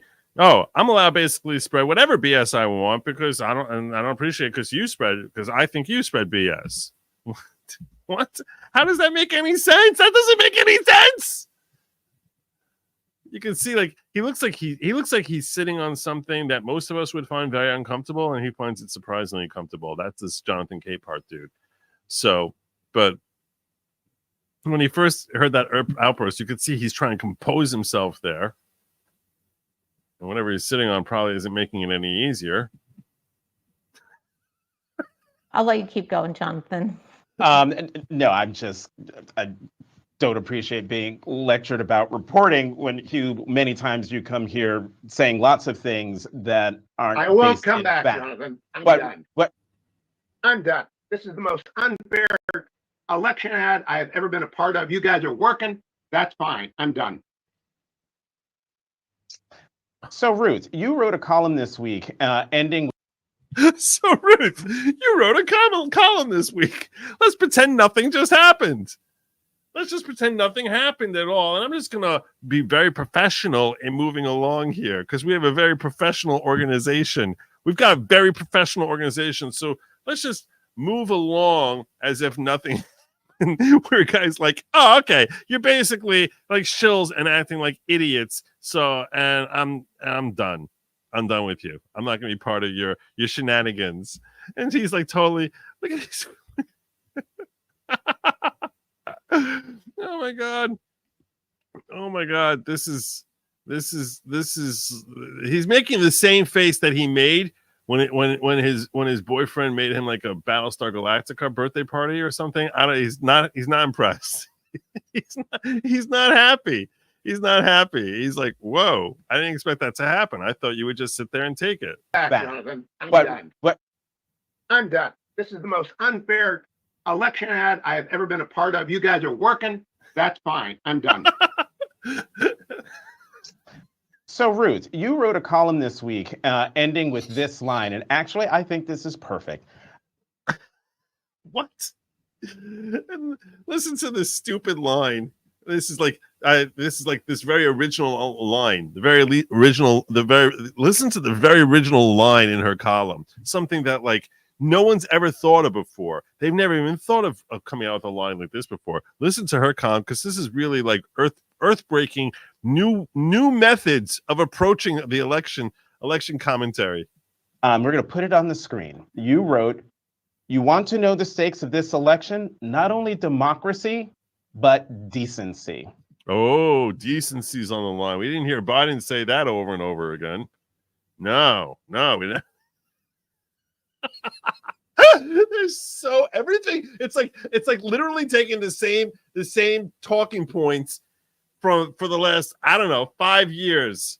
Hey, you wrote this. You wrote this. So let's pivot. Let's pivot over to that, because I have no way of handling what just happened up there. So I'm going to pivot over there. Let's pivot over there. All right, let's do that, because I got a show to do here, and I'm very professional. Our whole organization here is very professional. Everything here runs very professionally over here. We're very, very professional, and we need to have. And it's only when you act professionally and you have a professional show that you can actually be, professional, because that's what professionals do. Is that they're going to be very professional with their professional show, so everyone knows they're professionals when they're acting like they're professionals. Otherwise, it won't look very professional. I think this is perfect. We're going to put it on the screen. You wrote.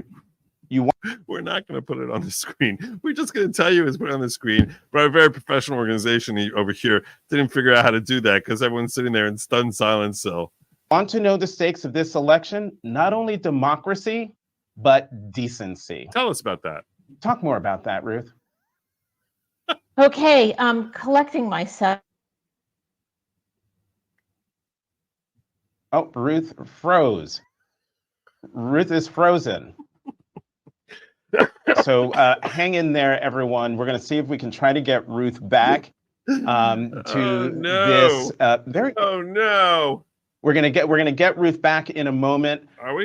This is First Look, Washington Post Live's nonstop shop for news. Let's get news Ruth and back, analysis, Jonathan. and Ruth is back. No, so I'm going to read that quote right. back again from your column, Ruth, where you wrote, "You want to know the stakes of this election? Not only democracy, but decency." Okay. We lost. Okay, we lost her again.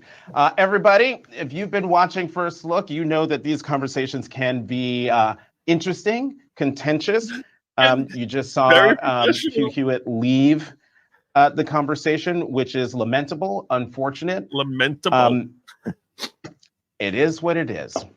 I am Jonathan Caper. I want to thank you all very much for joining us on First Look. For more of these important conversations, please sign up. He called you a hack. That's what he did. He called you a hack. That's what he did. You very professional hack. Oh my God. That was so good. That was so good. Everything about that was so good. Oh my God. And she froze there. He's trying to pivot. He's trying to pivot. And he just froze. Ending with this line. And actually, I think this is perfect. It's perfect. We're going to put it on the screen. You wrote, put it on the screen. Want to know the stakes of this election? Not only democracy, but decency. I don't see it on the screen. Talk more about that, Ruth. Talk more about that. Okay, I'm collecting myself. I love this. Everything about this is so perfect. Oh, Ruth froze. Ruth is frozen.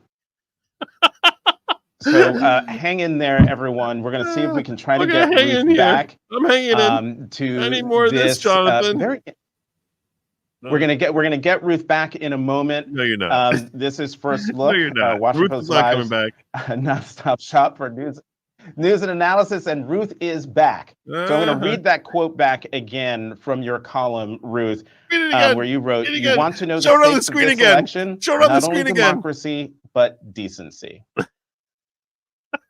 We lost her again. Everybody, if you've been watching for, I enjoyed that so much. Oh, I'm sorry. Wipe away the tears. Oh, that was fun. It was fun. I find joy in places that not everyone does. So I apologize for that. So good. So good. Whew. Jonathan Capehart. If that's how you spell his real name. If that's really your name, Jonathan. If you sue too early, it's laches. If you sue too late, moot. Also, have to be concerned you waive it if you don't sue in time. Yep. And yep. And yep. Jonathan looks and enjoys comebacks too. Nice. I know what you're doing there.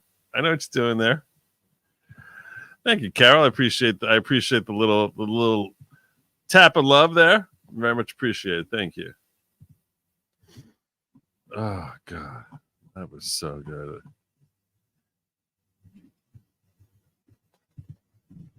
What else we got? I got a couple more small things here.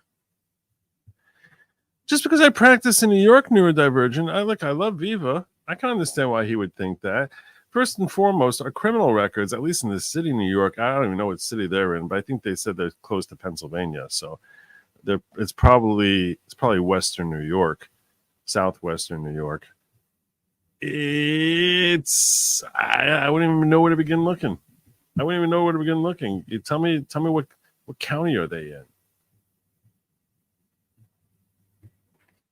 I don't know if they have their criminal records up there.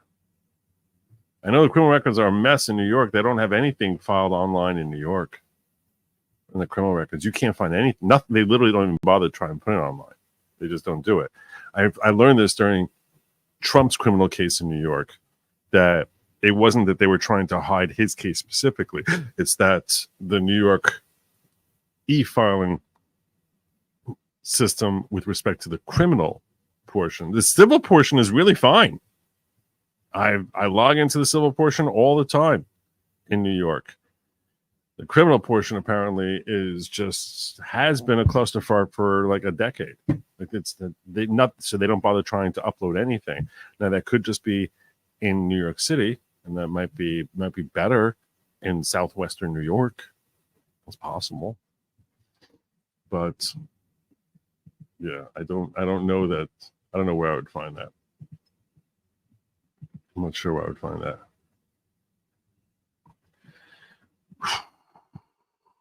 All right, this story I want to save for you guys. This we're definitely going to cover in just a moment.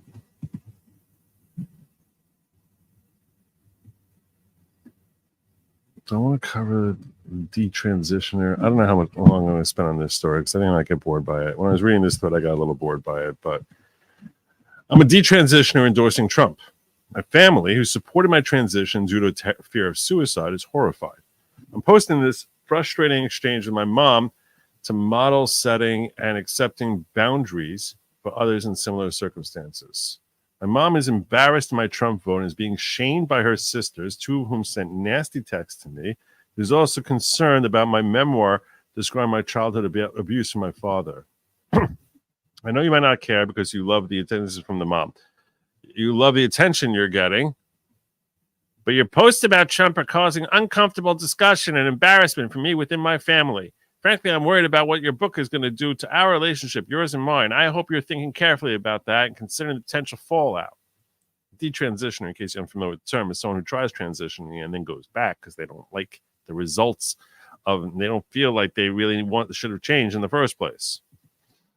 So everyone's all in favor of the transitioning, but never in the detransitioning.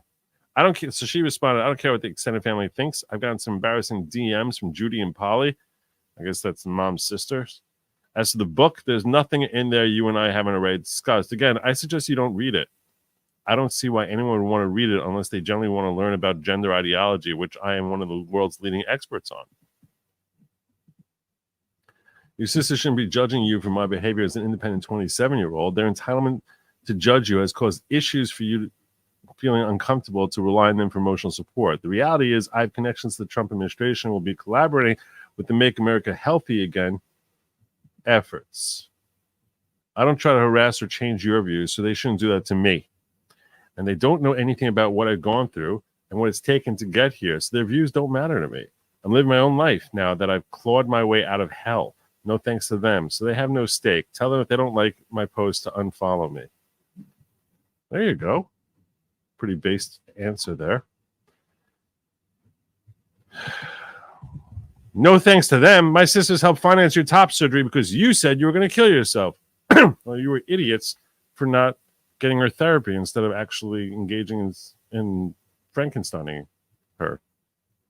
They've given money to you other times as well. They've always supported you. They've supported you in basically self-destruction. I don't want them to say negative things to you, but it's very upsetting to them that you're voting for a fascist who's also indirectly responsible for women dying because they can't get abortions. That's crap. His VP is a religious nutjob who supports all kinds of wacky things. No one understands how you went from a liberal who got mad if we didn't use your correct pronouns to a MAGA voter. Since you are the daughter of a reasonable, level-headed individual, no, you ain't, woman, who's pretty moderate in her beliefs. No, you're not. No, you're not. You're transing your kid. No, you ain't. They're naturally shocked at the direction your politics is going. You're a lunatic, woman. That's really the problem. As for your book, I don't know the details, but from what you've written about us on blogs, it appears to us that you're telling an incomplete and skewed version of your family life. I'll tell you right now, just reading these texts, you're a backwater crazy lady. It only takes one person reading it to spread the details around, details that can hurt my reputation. I just hope you know it's your own words that are hurting your reputation now.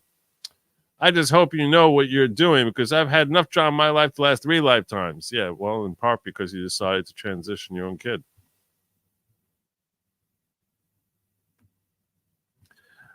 What this response shows is my political views in association with anti-trans politics disrupts her self-perception as a tribal liberal. She fears rejection from her tribe and as a mother. These are understandable human reactions, yet it's clear this isn't about me or anything I've done wrong. It reveals her insecurity and shame. Too true. That she cannot outright admit her guilt for encouraging transition instead of blaming it on me being suicidal indicates she hasn't found peace. That's true, too. As a detransitioner in deep therapy, I've accepted my personal failure to protect myself and how I was groomed and experienced medical malpractice from the gender industry. My mom and aunts have not accepted either. They still want to believe left media and ideology is good and couldn't have lied to and hurt me and other kids. I wrote a long response, careful to acknowledge her feelings while offering new perspective that she and my aunts may be avoiding confrontation with their guilt. I didn't accuse her of being guilty, but I described how many families experience similar issues with the ideology and parenting regrets, implying she's far from alone and there are system-wide forces at play in this country. So this is what she wrote. I can see why you feel anxiety and embarrassment around my political evolution and book. The thing is, the intention of my book is self-examination of personal growth, transcending the past and modeling that to my audience. My audience is largely parents who want to help their kids. I wrote with a parental lens in mind, as well as trauma survivor lens. If anyone looks bad in my book, it's actually me. But everything negative is a foil to learn from mistakes so that others understand and relate. I actually would like if everyone in the family read my book. Then they'd understand my perspective. And as is, they don't understand because we don't have a relationship. I tell you not to read it because you said you're not available to ponder these complex, deep, painful things. I know Dad isn't available for it for sure. Maybe if you both read it, that would be cathartic in some way in the long term. It's your choice, whatever's best for you. In regards to the family, they need to accept that people's views can change over time. We're all entitled to our voting. This woman sounds very mature, actually. We're all entitled to our voting preferences, and if they're confused, they can politely ask me questions or even watch my videos to understand. But also, make it clear to them that I'm fully independent and every action I take is for myself, my own future. It's not about anyone else or blaming. It's very unfair of them to shame me for voting in alignment with my personal trauma. And even if that was my only political motivation, which it's not, they don't even understand it. Moreover, as I've studied and met many diverse people, I realized my values in MAGA aligns with them. Look at that. Look at that. How long is this thread? I'm almost done. I encourage you to recognize that my answer causing triangulation and boundaries should be set with them. Addressing our personal relationship, I would discuss these topics more, but you repeatedly told me that you don't have the bandwidth. I, along with my friends, mentors, and colleagues, are available to read and watch these discussions, so I post about that to my audience. Probably feels foreign to you because it is. My audience are others who follow these matters closely. It makes you uncomfortable. You don't have to follow me. Respectfully, I haven't created drama here. The ants have. I'm posting on my own profiles, and they're getting worked up and presumably shaming me and you. I'd rather they left me alone as I leave them alone. As I do more work, I'm only going to speak more about all this. My goal is attachment, healing, revolution, and discussion. And discussing the existential issues the West is facing. So whether you want to read the book or not, I'm doing this advocacy. And I appreciate if the family either approached with curiosity or agreed to disagree. I'm an abuse survivor helping a lot of others, and it's painful stuff, and the only other choice is avoiding the past and staying stuck. I did that a long time ago, and will never do that again. So again, it's up to you. But I only just reclaim my adult life and future optimism, so I must continue my path to growth and helping others. This is like very well-worded conversation. Very, very well-worded. She seems actually very intelligent and mature. We discussed more personal things that I won't share, but we resolved the conflict amicably. That's good. We agreed to disagree about politics and that she's proud of my growth and skills, doesn't support my politics, nor is interested in learning about gender ideology. We agreed the ants shouldn't be rude, but we can't control their behavior, and I will hold boundaries with them individually. My life has been stressful, continues to be. All I want is some peace, and maybe an outreach dream. I'll continue chasing until the day I die. I hope you will find your peace as well. Well, that's a good sign. Who knows? The takeaway is my mom, like many Americans, is in survival mode. She's chronic health issues and other familial concerns that prevent her energy from seeking or receiving new information. Look at the destruction that the gender cult has wrought on this family. Just look at them. Look at this destructiveness. It's terrible. She went physically, emotionally, psychologically, every way possible. It's destroyed these people. No benefit. She wants to preserve our relationship, as do I, but our connection cannot be as close as I'd like because she isn't available for deeper emotional attunement. This, along with father abuse, has created attachment injury in my childhood. As an adult, I accept why I've struggled relationally while taking accountability for my healing. Your parents won't heal you. Returning to the source of your trauma and expecting redemption is a childlike hope that sadly won't work. I think that's probably most often accurate in most circumstances. Thankfully, we can prioritize our well-being by listening to people tell us their limitations and not try and change them. This is very insightful. I'm glad I went all the way through this.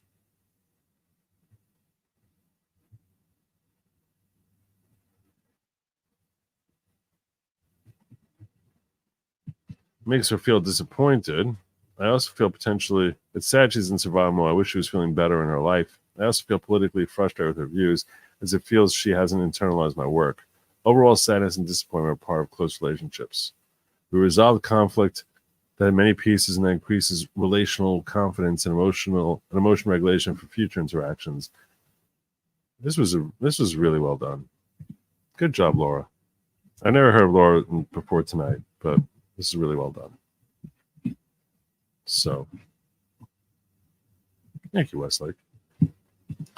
Will Trump be certified on January 6th when he gets felony conviction November 22nd? He's not going to get a felony conviction. Especially if it's a nice landslide, he's not going to get it. They're not going to convict him.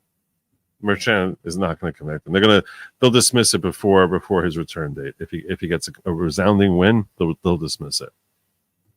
We had a whole conversation about this on Layback Law on Friday, where we were speculating about what would likely happen in this whole thing, and he's in the middle of transitioning to a new administration. They're going to have him in a house arrest. Like, what the hell would they even do? Doesn't even make any sense.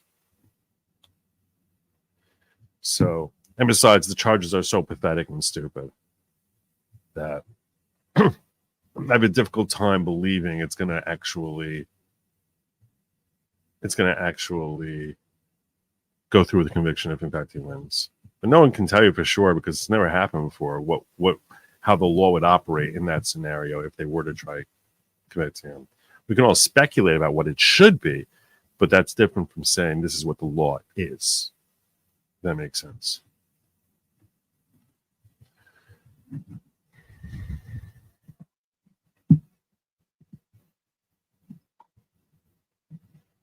But speaking of people who are trying to explain to people about how the world works, I want to share this with you.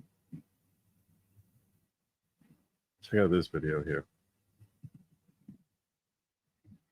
I would love to be a stay-at-home mom. I would love to be a homemaker and a wife. I would love to be able to live on a homestead and go milk my cow and take the eggs out of the chicken coop and have one baby in the belly and on my hip and another toddler coming behind me. That's like my dream, but I can't fucking do that because the way the economy is set up is I'm forced to work. I'm forced to get an education, a higher education, a college degree in order to make enough money that I can be financially independent and afford my own home or my own rent or my own gas or my own groceries, my own insurance. And it's extremely difficult to do that. And it's very isolating as a woman when you have to do all of that all on your own and you can't find somebody that you can outsource some of those chores and financial responsibilities like you would with a spouse. So no, being a single working woman absolutely sucks. It's the worst thing ever. I hate it. I would go back to the 1950s in a second just so I wouldn't have to deal with this shit. You're talking about a traditional nuclear family where the woman doesn't work. Yeah, in honey. A married household with kids. And statistically, that was the case. You're a single woman who isn't married with kids yet. So I'm for because of the way it is. Most women were married by the age of 21 up until the 1970s. I think it's a woman's choice. Before that, it was societally encouraged to marry young. Yeah. Yeah. And what her point is, that was healthier. It was better. We were happier. We're not happy now. This is one of the things that the left just gets lost on. It's like women's rights. It's really nice to fight for women's rights, and all you did was make women far more miserable. And it was better for women mental health wise, long term, to be able to go into that long term committed relationship and have the established family instead of being forced to. Because ultimately, the women's rights movement destroyed women more than anyone else. Slave away for a corporation that doesn't like you, doesn't care about you, makes you sit under fluorescent lights for 8, 9, 10 hours a day. You get a lunch break, you get health insurance, but do you have somebody who loves you staring at you every day like your child? No. It's horrible. It's a great clip. It's a great clip. Such a great clip. I had to share it with you all. As soon as I saw it, I was like, oh, I'm definitely going to share that with my audience. And I got 2 more things I wanted to share with you all. This one, I don't know what the hell we're looking at here.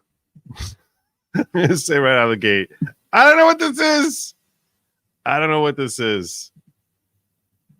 But I saw it, and now you have to see it too. I saw it, and now you got to see it too. You can already tell. You can already tell. I know you can already tell. But yeah, here we go. Hi, my name's Jasper. I use they pronouns. Hi, my name is Liana. I use they demon pronouns. This video.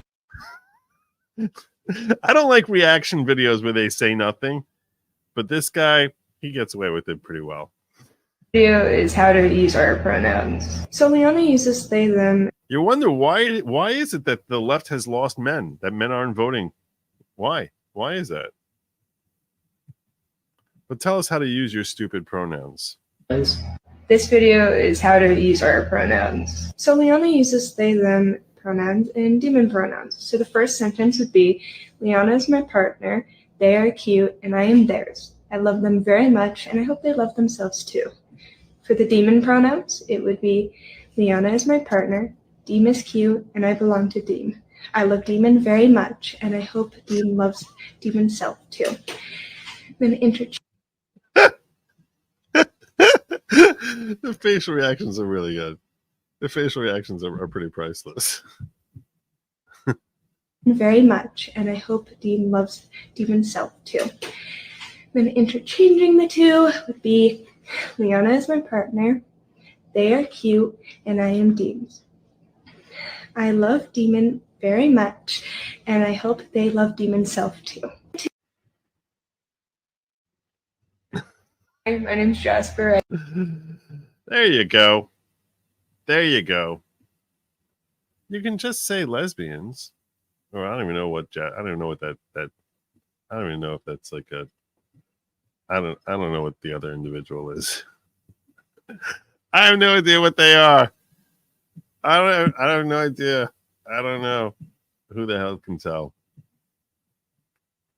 And the last one I've got for you all. Where are you? Oh, I was going to do this. I have two more to do for you all. First, let's check out Joe Rogan. Talking to Fetterman. Drew Hernandez saying, this is why Kamala Harris refused to face Joe Rogan. First Democrats saying, hey, though, we need a secure border. It's a significant issue. No, they don't. And if I thought there was any kinds of issues, and I've been very vigilant throughout, I've been actively involved in those kinds of things. And I've never witnessed those kinds of a thing. But what do you mean by issues? Like what kind of issues you're talking about? You're talking about people letting people in order to get votes? Well, it's not. There's not that level kinds. I don't think there's that level kinds of organization. But there is an organization that's moving these people to swing states. There's a significant number of these people that are illegal immigrants that have made their way to swing states. And then there's been calls for amnesty. There's been calls for allowing these people to have a pathway to citizenship and allow them to vote.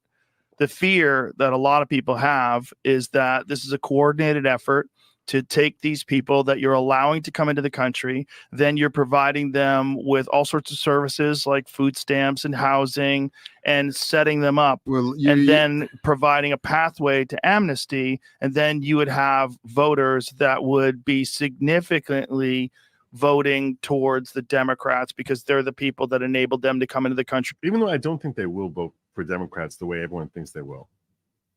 I don't think that these illegals, if they were granted citizenship, are all going to break for the Democrats the way they think they will. Just look at how polling is looking right now. He's leading by 5 points amongst Hispanics. In the first place, and provided them with those services. This is a big fear that people have, and that you're rigging this system, and that this will turn all these states into essentially locked. 100% agree with you, Rogue Thought. 100% agree with you. I'm simply saying I think that it's because I think it's self-destructive. Blue like California is. Well, it's what immigration is always going to be a tough issue in our nation. I had as a professor in grad school, Alan Simpson, and he was a United States senator. He was Wyoming, and he was actually a pro-choice Republican. I mean, how rare that would be. Well, it doesn't exist now. And he said, you are never going to have any meaningful immigration kinds of legislation.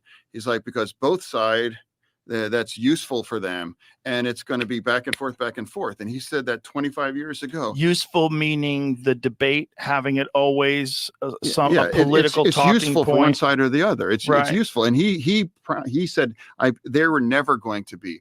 And he said that in 1999. Mm-hmm. And I voted for the border deal, and that went down. You gave me the info on that? Did I miss that? Did I miss that? You gave me the county? What county? What county? Where are you?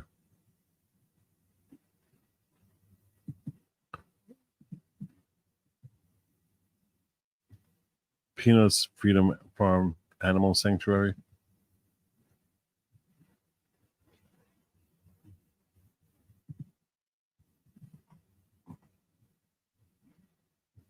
I'll pull it up in a minute. And that's, I mean, he said that 25 years ago, and that was absolutely true now, that they had an opportunity to do a comprehensive border, bipartisan, and that went down because Trump he declared that's a bad deal after it was negotiated with the other side. But didn't that deal also involve amnesty, and didn't that deal also involve a significant number of illegal aliens being allowed into the country every year? I think it was 2 million people. So it was still the same sort of situation, and their fear is exactly what I talked about, that these people will be moved to swing states, and that will be used to essentially rig those states and turn them blue forever. Well, I'm not really sure if that's what's in play. I think it's really like it's important that we have to have an honest conversation. But doesn't that seem logical, though? If you have a significant number of people that are being moved into swing states that have come across the border illegally, and then you've provided them with all these services, you provided them with food stamps, EBT, you've provided them with housing. You could, if you gave those people amnesty and allowed those people to vote, and it was very. Can you imagine Kamala trying to face these types of conversation? Just imagine her for a second trying to engage in this conversation and not look like she's full of crap. She knows this. They knew she would never survive this. This is why she ran and hid. And it's like, no, I'll do Saturday Night Live instead. Very organized. You're talking about 75,000 votes over a few counties that switched everything over to the Republicans. You could see how you import 10 million people over the course of 4 years illegally, and then move a significant number of them to swing states, and then provide them with all these services, and then give them a path to citizenship. You could essentially rig those states. Undeniably, immigration is changing our nation. I mean, I haven't spent a lot of time in Texas, but it's very clear that immigration has remade Texas, and I think it's generally for a good thing. Yeah, so that's why she wasn't there. And I try going to search New York records over here, just so you see. Even though this is not the normal page I would use. I've tried searching and putting in Peanuts Freedom Farm Animal, which is what they have. If I just take Peanuts, let's see if we get it.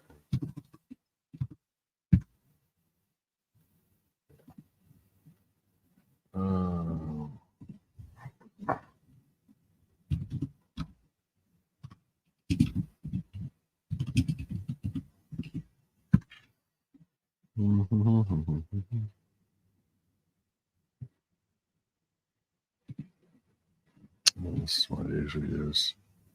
Hold on a second. Let me see. Here.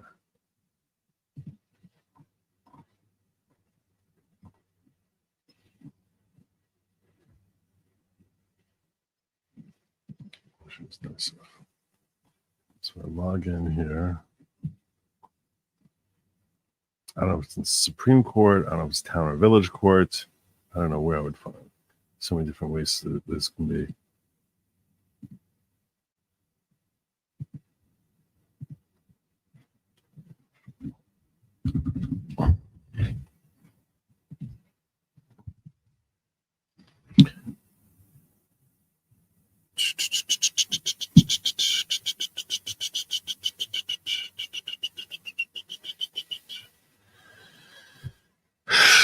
Where I want to look.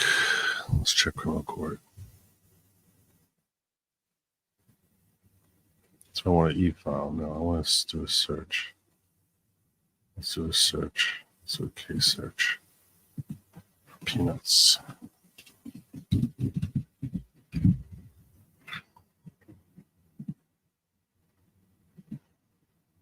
That didn't do nothing.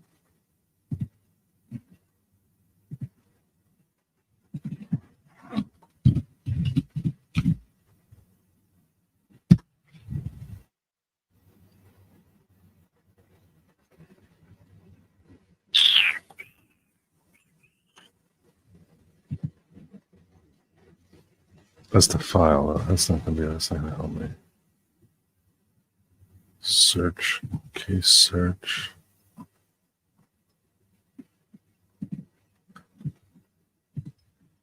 Chemung County. Case type.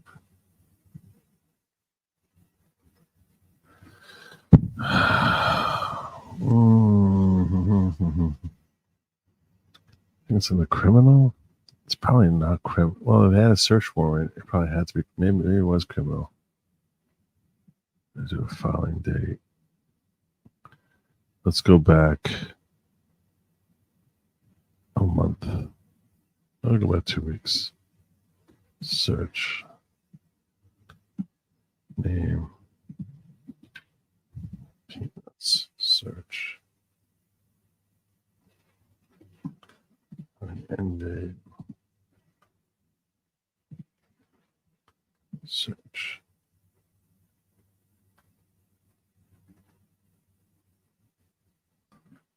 Modify search. This one's different type.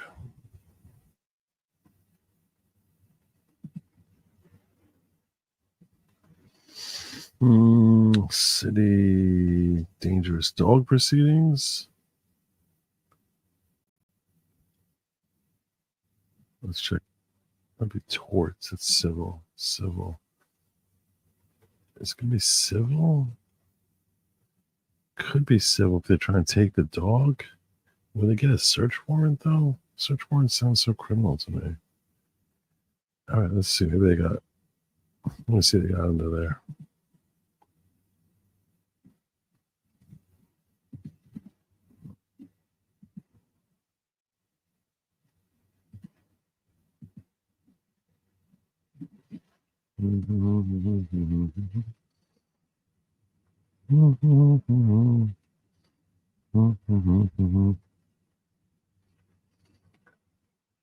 We've been on Article 78.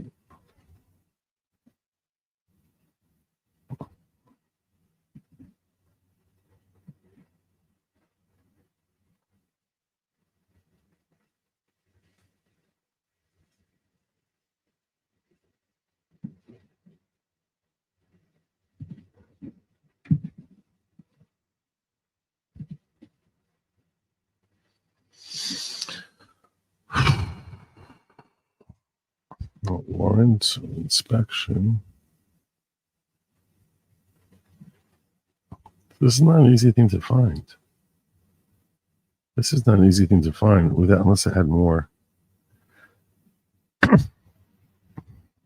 I assume that Peanuts is an official name, which I don't even know if that's true. Because it could have come after them individually.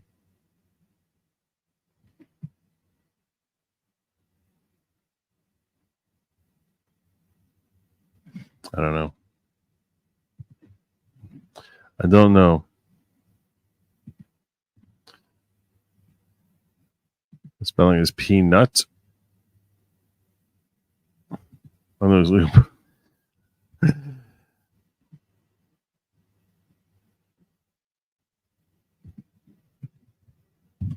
Okay, do a search for peanut. I'm going to do all this all over again.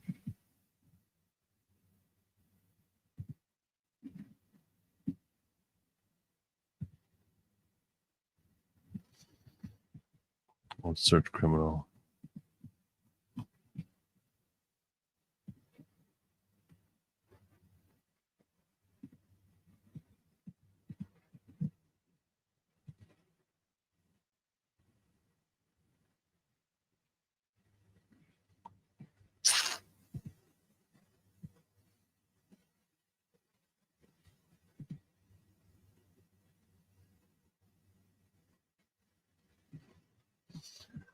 I'm at a loss. Why is that criminal capitalized? I don't know why that would be any different.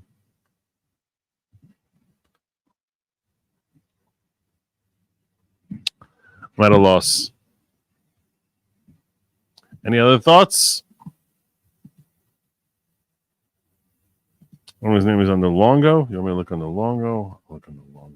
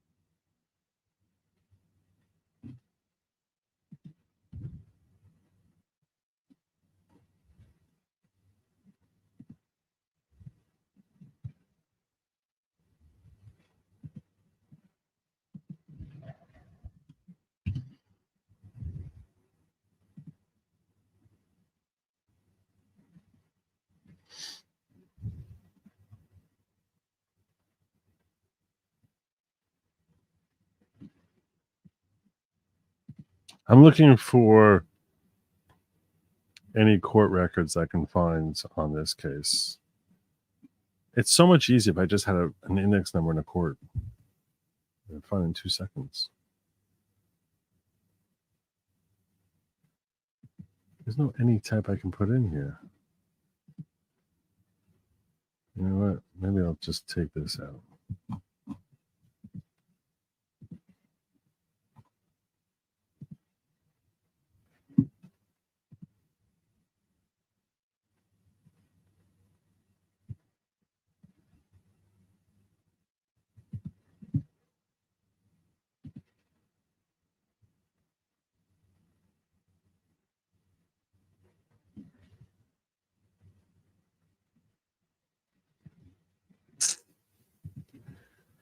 I'm about to give up here. I'm not going to kid you. About to give up on it. My daughter and I skinned, cut up, and tanned the hide of a bear. There you go. I'll vote for you. Oh, his name is Mark Longo. I got that. I tried that. DM to X, 45,000 signatures on Change and 90,000 GoFundMe. Oh, I'm sure they're doing well. I'm sure they're raking it in. He did seem very concerned about the financial. He did seem very concerned about the financial element of this whole thing, of losing his squirrel. He seemed very concerned about that. He talked about it a lot. I want to share with you one last video here that you need to see. You need to see before we go.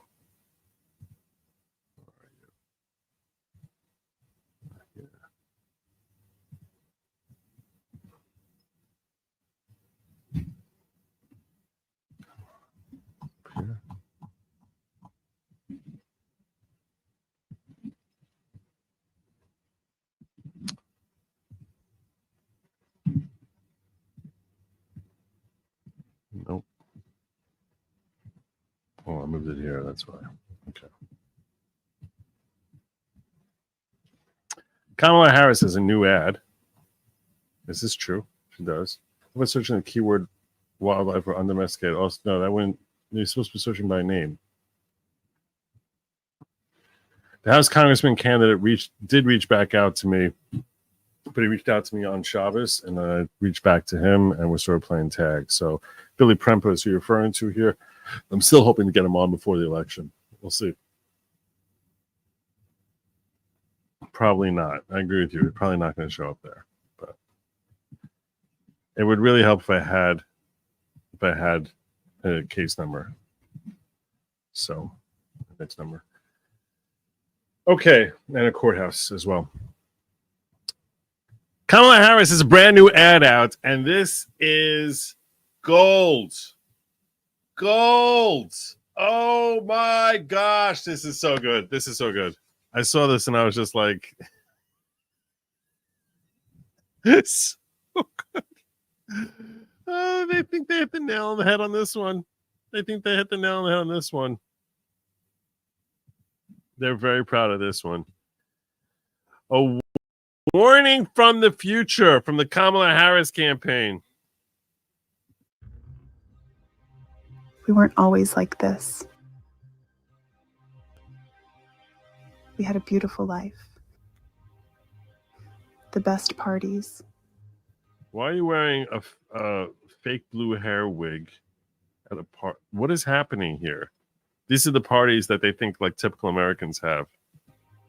The most beautiful. Like apparently they think like typical Americans are having parties in Vanilla Sky or something. I don't know what's happening. It's some Tom Cruise movie. Beautiful friends. Or maybe they think Americans are European. I don't know what they think. These do not look like Americans that I know. I don't know Americans like this. I don't identify with these Americans. Maybe it's just me. You know, what do I know? I come from a good Jewish home. I don't know. I never been to parties dancing with folks in blue and fake with shiny metallic blue hair wigs. I don't know.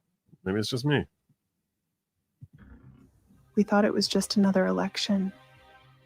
So a lot of us. Oh, and also the girl dancing like basically trapped between two guys there, which I guess that may, I don't know. Didn't vote. Why bother? Everyone knew the system was rigged. What does that even mean? Why would Many of us even voted for them. I know it sounds crazy now, but we didn't like Democrats back then. Oh, you see, how dare you dislike Democrats? Look what's going to come to you if you dislike Democrats. Fire, chaos, buildings looking like they're just rubble and heap. Cars are just are exploding in fire. This is what happens if you dislike Democrats. Everything goes post-apocalyptic. We were angry about the vaccine mandates and how they handled the war in Gaza and the way they wanted to censor free speech on the internet. You see, it's wrong for you to be mad about censorship. It's wrong for you to be mad about that because that's just going to lead to the apocalypse. So what did we end up doing?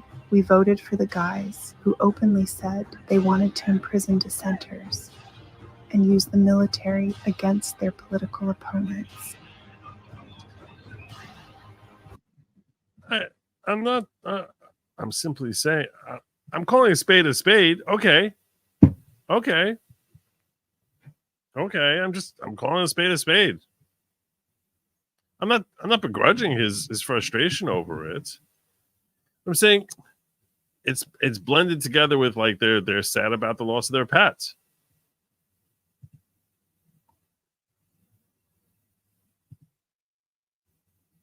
They're not. That is probably what they're saying. No, they're gonna tell you about how the world is gonna look for the next 30 years. That's what's coming. So yeah, you were wrong on that. Okay, hold on a second. Let's handle the war in Gaza and the way they wanted to censor free speech on the internet. They want unquestioned obedience. So what did we end up doing? We voted for the guys who openly said they wanted to imprison dissenters. Did they and know? Use the military against their political opponents. Did they say that too? Because I don't remember that.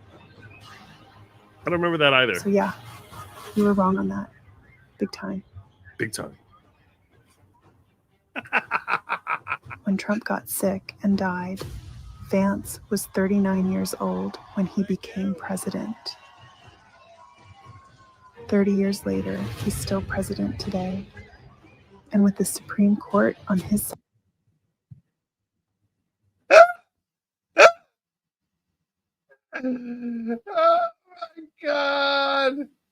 Oh my God. As soon as I got to this part, I had to stop it. I was like, the fear they're trying to inject in you is some AI generated thing, which obviously this commercial is illegal in California, but I guess they're not worried about running in California. Governor Newsom's law. There you go. When Trump got sick and died, Governor Nancy was only 39 years old. He became president. 30 years later, he's still president today. And with the Supreme Court on his side, they gave him dictatorial powers. That's the way things work. They took away women's reproductive rights, outlawed contraception, and removed the minimum wage. Then we had repression of dissent, AI surveillance of everything we did or said on a level we couldn't imagine. The government under Vance, Peter Thiel, and Elon Musk set up concentration camps for illegal immigrants, then legal immigrants, then even homeless people. Why not? They finally admitted climate change was real, but it was too late. They finally admitted climate change was real, but it was too late. Oh no! Oh no! Now the climate's going to turn on us also. They turned on it. They finally admitted it too late. Oh no! Oh my God! Scorching earth! Scorching earth! God raining down fire on our crops. Oh, sorry. Science raining down fire on our crops. Florida sank into the Gulf and the West burned, and cities across the country became uninsurable, then uninhabitable. Musk and Thiel poured all of our resources into artificial intelligence so they and their friends could become immortal. I don't know what happened to them, but I know what happened to us. Oh my God. This is the winner right there. This is the winner right there. Oh my God. Oh my God.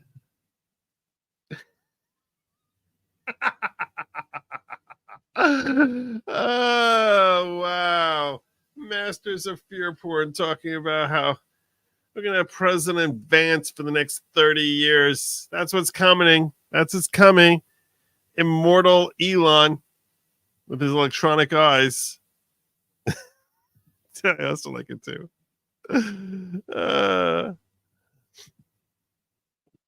Chiquita on men enjoying what if 70. Oh, they totally lowered the temperature. Oh yeah, no, everything's very calm. What do you?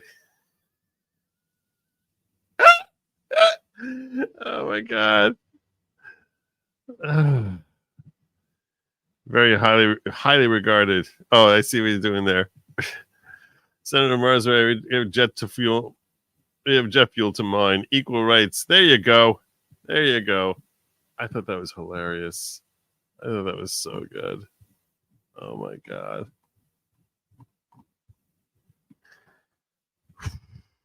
All right. All right. So that's all the lunacy I got for you tonight. That's all the freaking lunacy I got for you tonight. It says it's 2:35 here, but I have a feeling it's going to say that an hour from now also. But I'm really not even sure if I hit 2:35 twice. I might have hit 2:35. Is this the second time go around? I don't even know. This might be my second 2:35. It probably is my second. It is my second 2:35, right? Right? Because I started like at 1 o'clock at my time. Yeah. This is my second 2:35. So for me, it feels like 3:35. All right. Well, that's my show for tonight. Check DM for Peanuts. Miss me? I do miss you. You need me to check DM for Peanuts. I don't know. My DM's not. Oh, there it is. I looked in Chemung County. How'd you get the search warrant? Honorable Richard Rich? Where's the rest of this? Where'd you get this?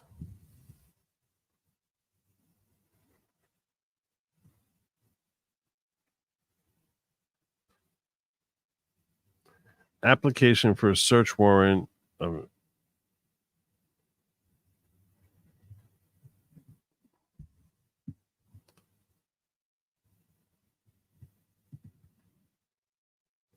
Yeah, but what's the index number? Just give me the freaking index number. Give me the index number. It's not show me up. I need an index number. This is nice. This is helpful. This is what he shared with me.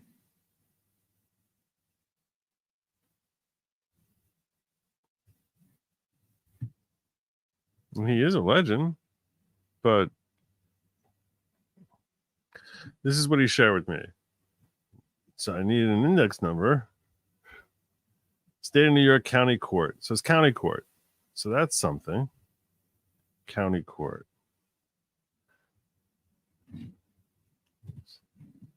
County court.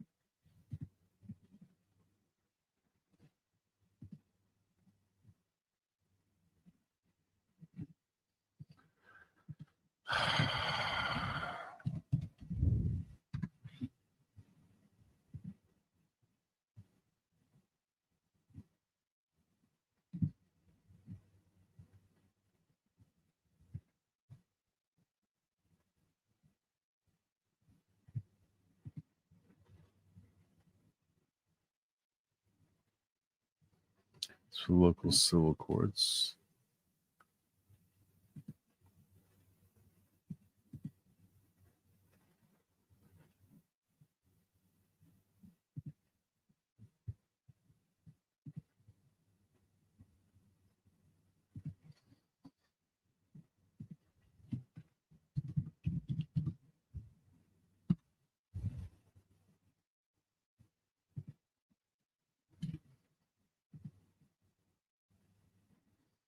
No, I'm back to the same page here. I'm back to this again.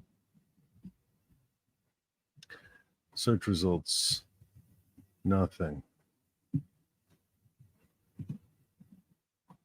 Search County Court. And Longo. I need a case. I need a number. I need a case number.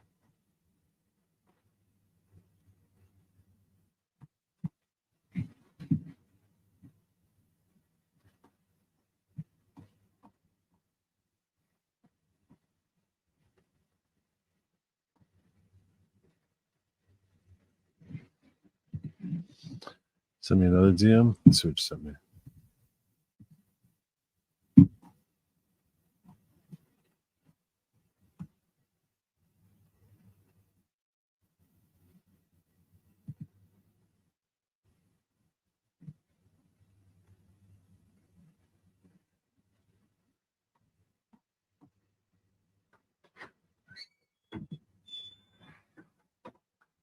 I'm not seeing it here, although it's taking a while to load. I don't know why it's running so slow for me here.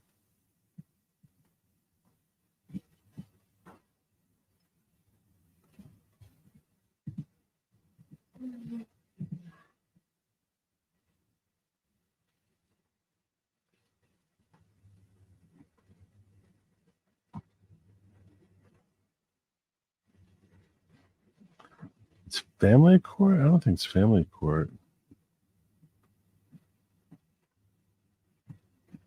Okay, this is what he shared with me.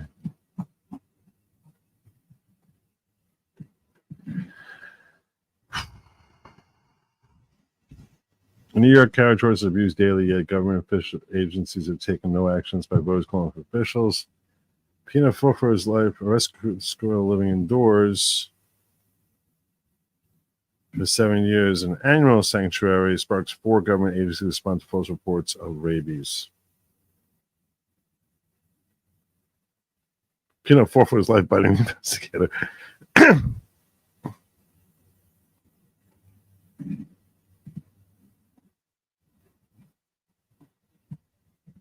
What was that?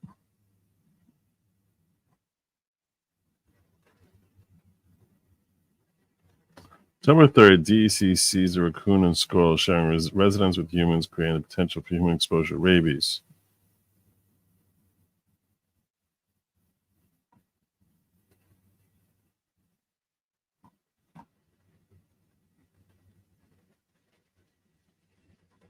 They're searching a 311-acre property for a gray squirrel and a raccoon. We got squirrel and moose. Kathy Hochul looks a little like Natasha. Squirrel and moose. These animals are then referred to property which is legally possessed. Nowhere do they mention rabies. Okay, so this is what we got.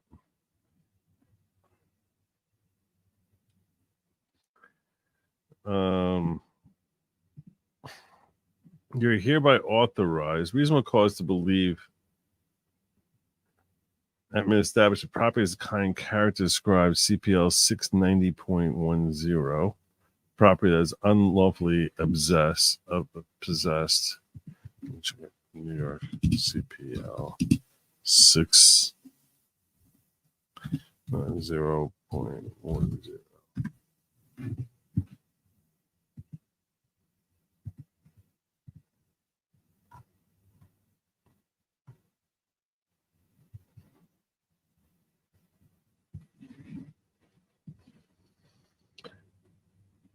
Personal property is subject to seizure pursuant to search warrant if there's reasonable cause to believe that it is unlawfully possessed or has been used possessed. So that's what they're saying is this is unlawfully possessed.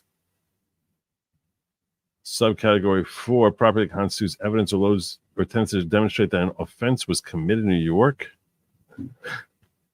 including not limited to unlawful possession of gray squirrel, black in color, a raccoon, any other unlawfully possessed wildlife.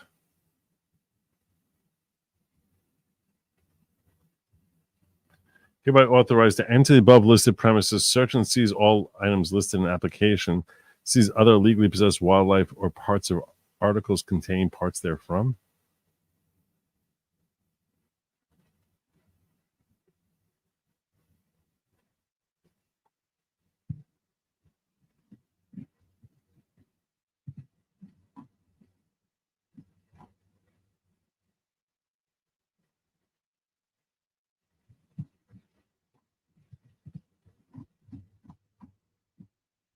Everything regarding rabies protocol from New York suggests that unless the animal is showing clear signs of rabies infection, the animal shall be quarantined.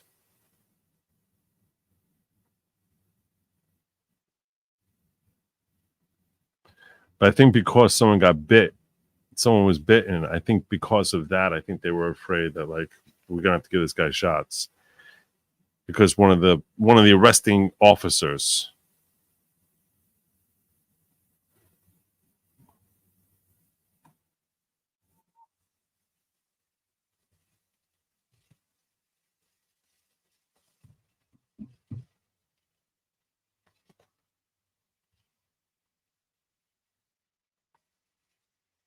is Josh Crane, men that applied for the search warrant. Never mentioned rabies in the search warrant. Again, they only worried about it probably after the guy was bitten. This is insane. Chemung County Judge Richard Rich Jr., the one who signed off on a vague search warrant to seize 2 domesticated animals sanctuary based on, I don't know.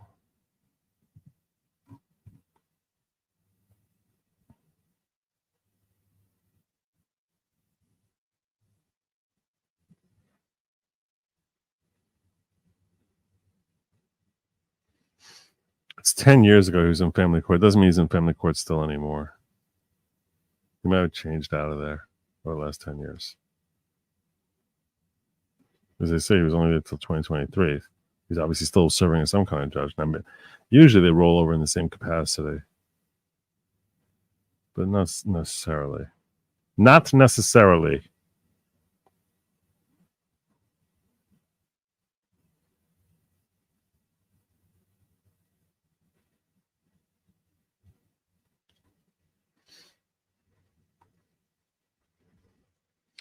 Yeah, the DEC is, in their statement, they seem to be talking about potential for human exposure to rabies. But when we're looking at this thing here, it doesn't say anything about. They just say it's unlawfully possessed. CPL 690 subcategory 4.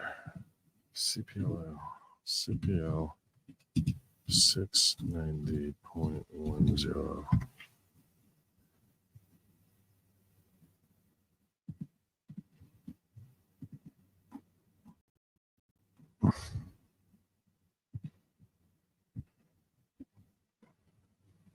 Constitutes evidence tends to demonstrate that an offense was committed in a state, another state. Yeah, this doesn't sound like it's about rabies. There is something weird going on here, I think. Something feels off. It's just a spidey sense kind of tingling. But I don't know. It's a little bit outside my normal zone. But it's just constitutes evidence that tends to demonstrate that an offense was committed in this state. Unlawful possession of wildlife.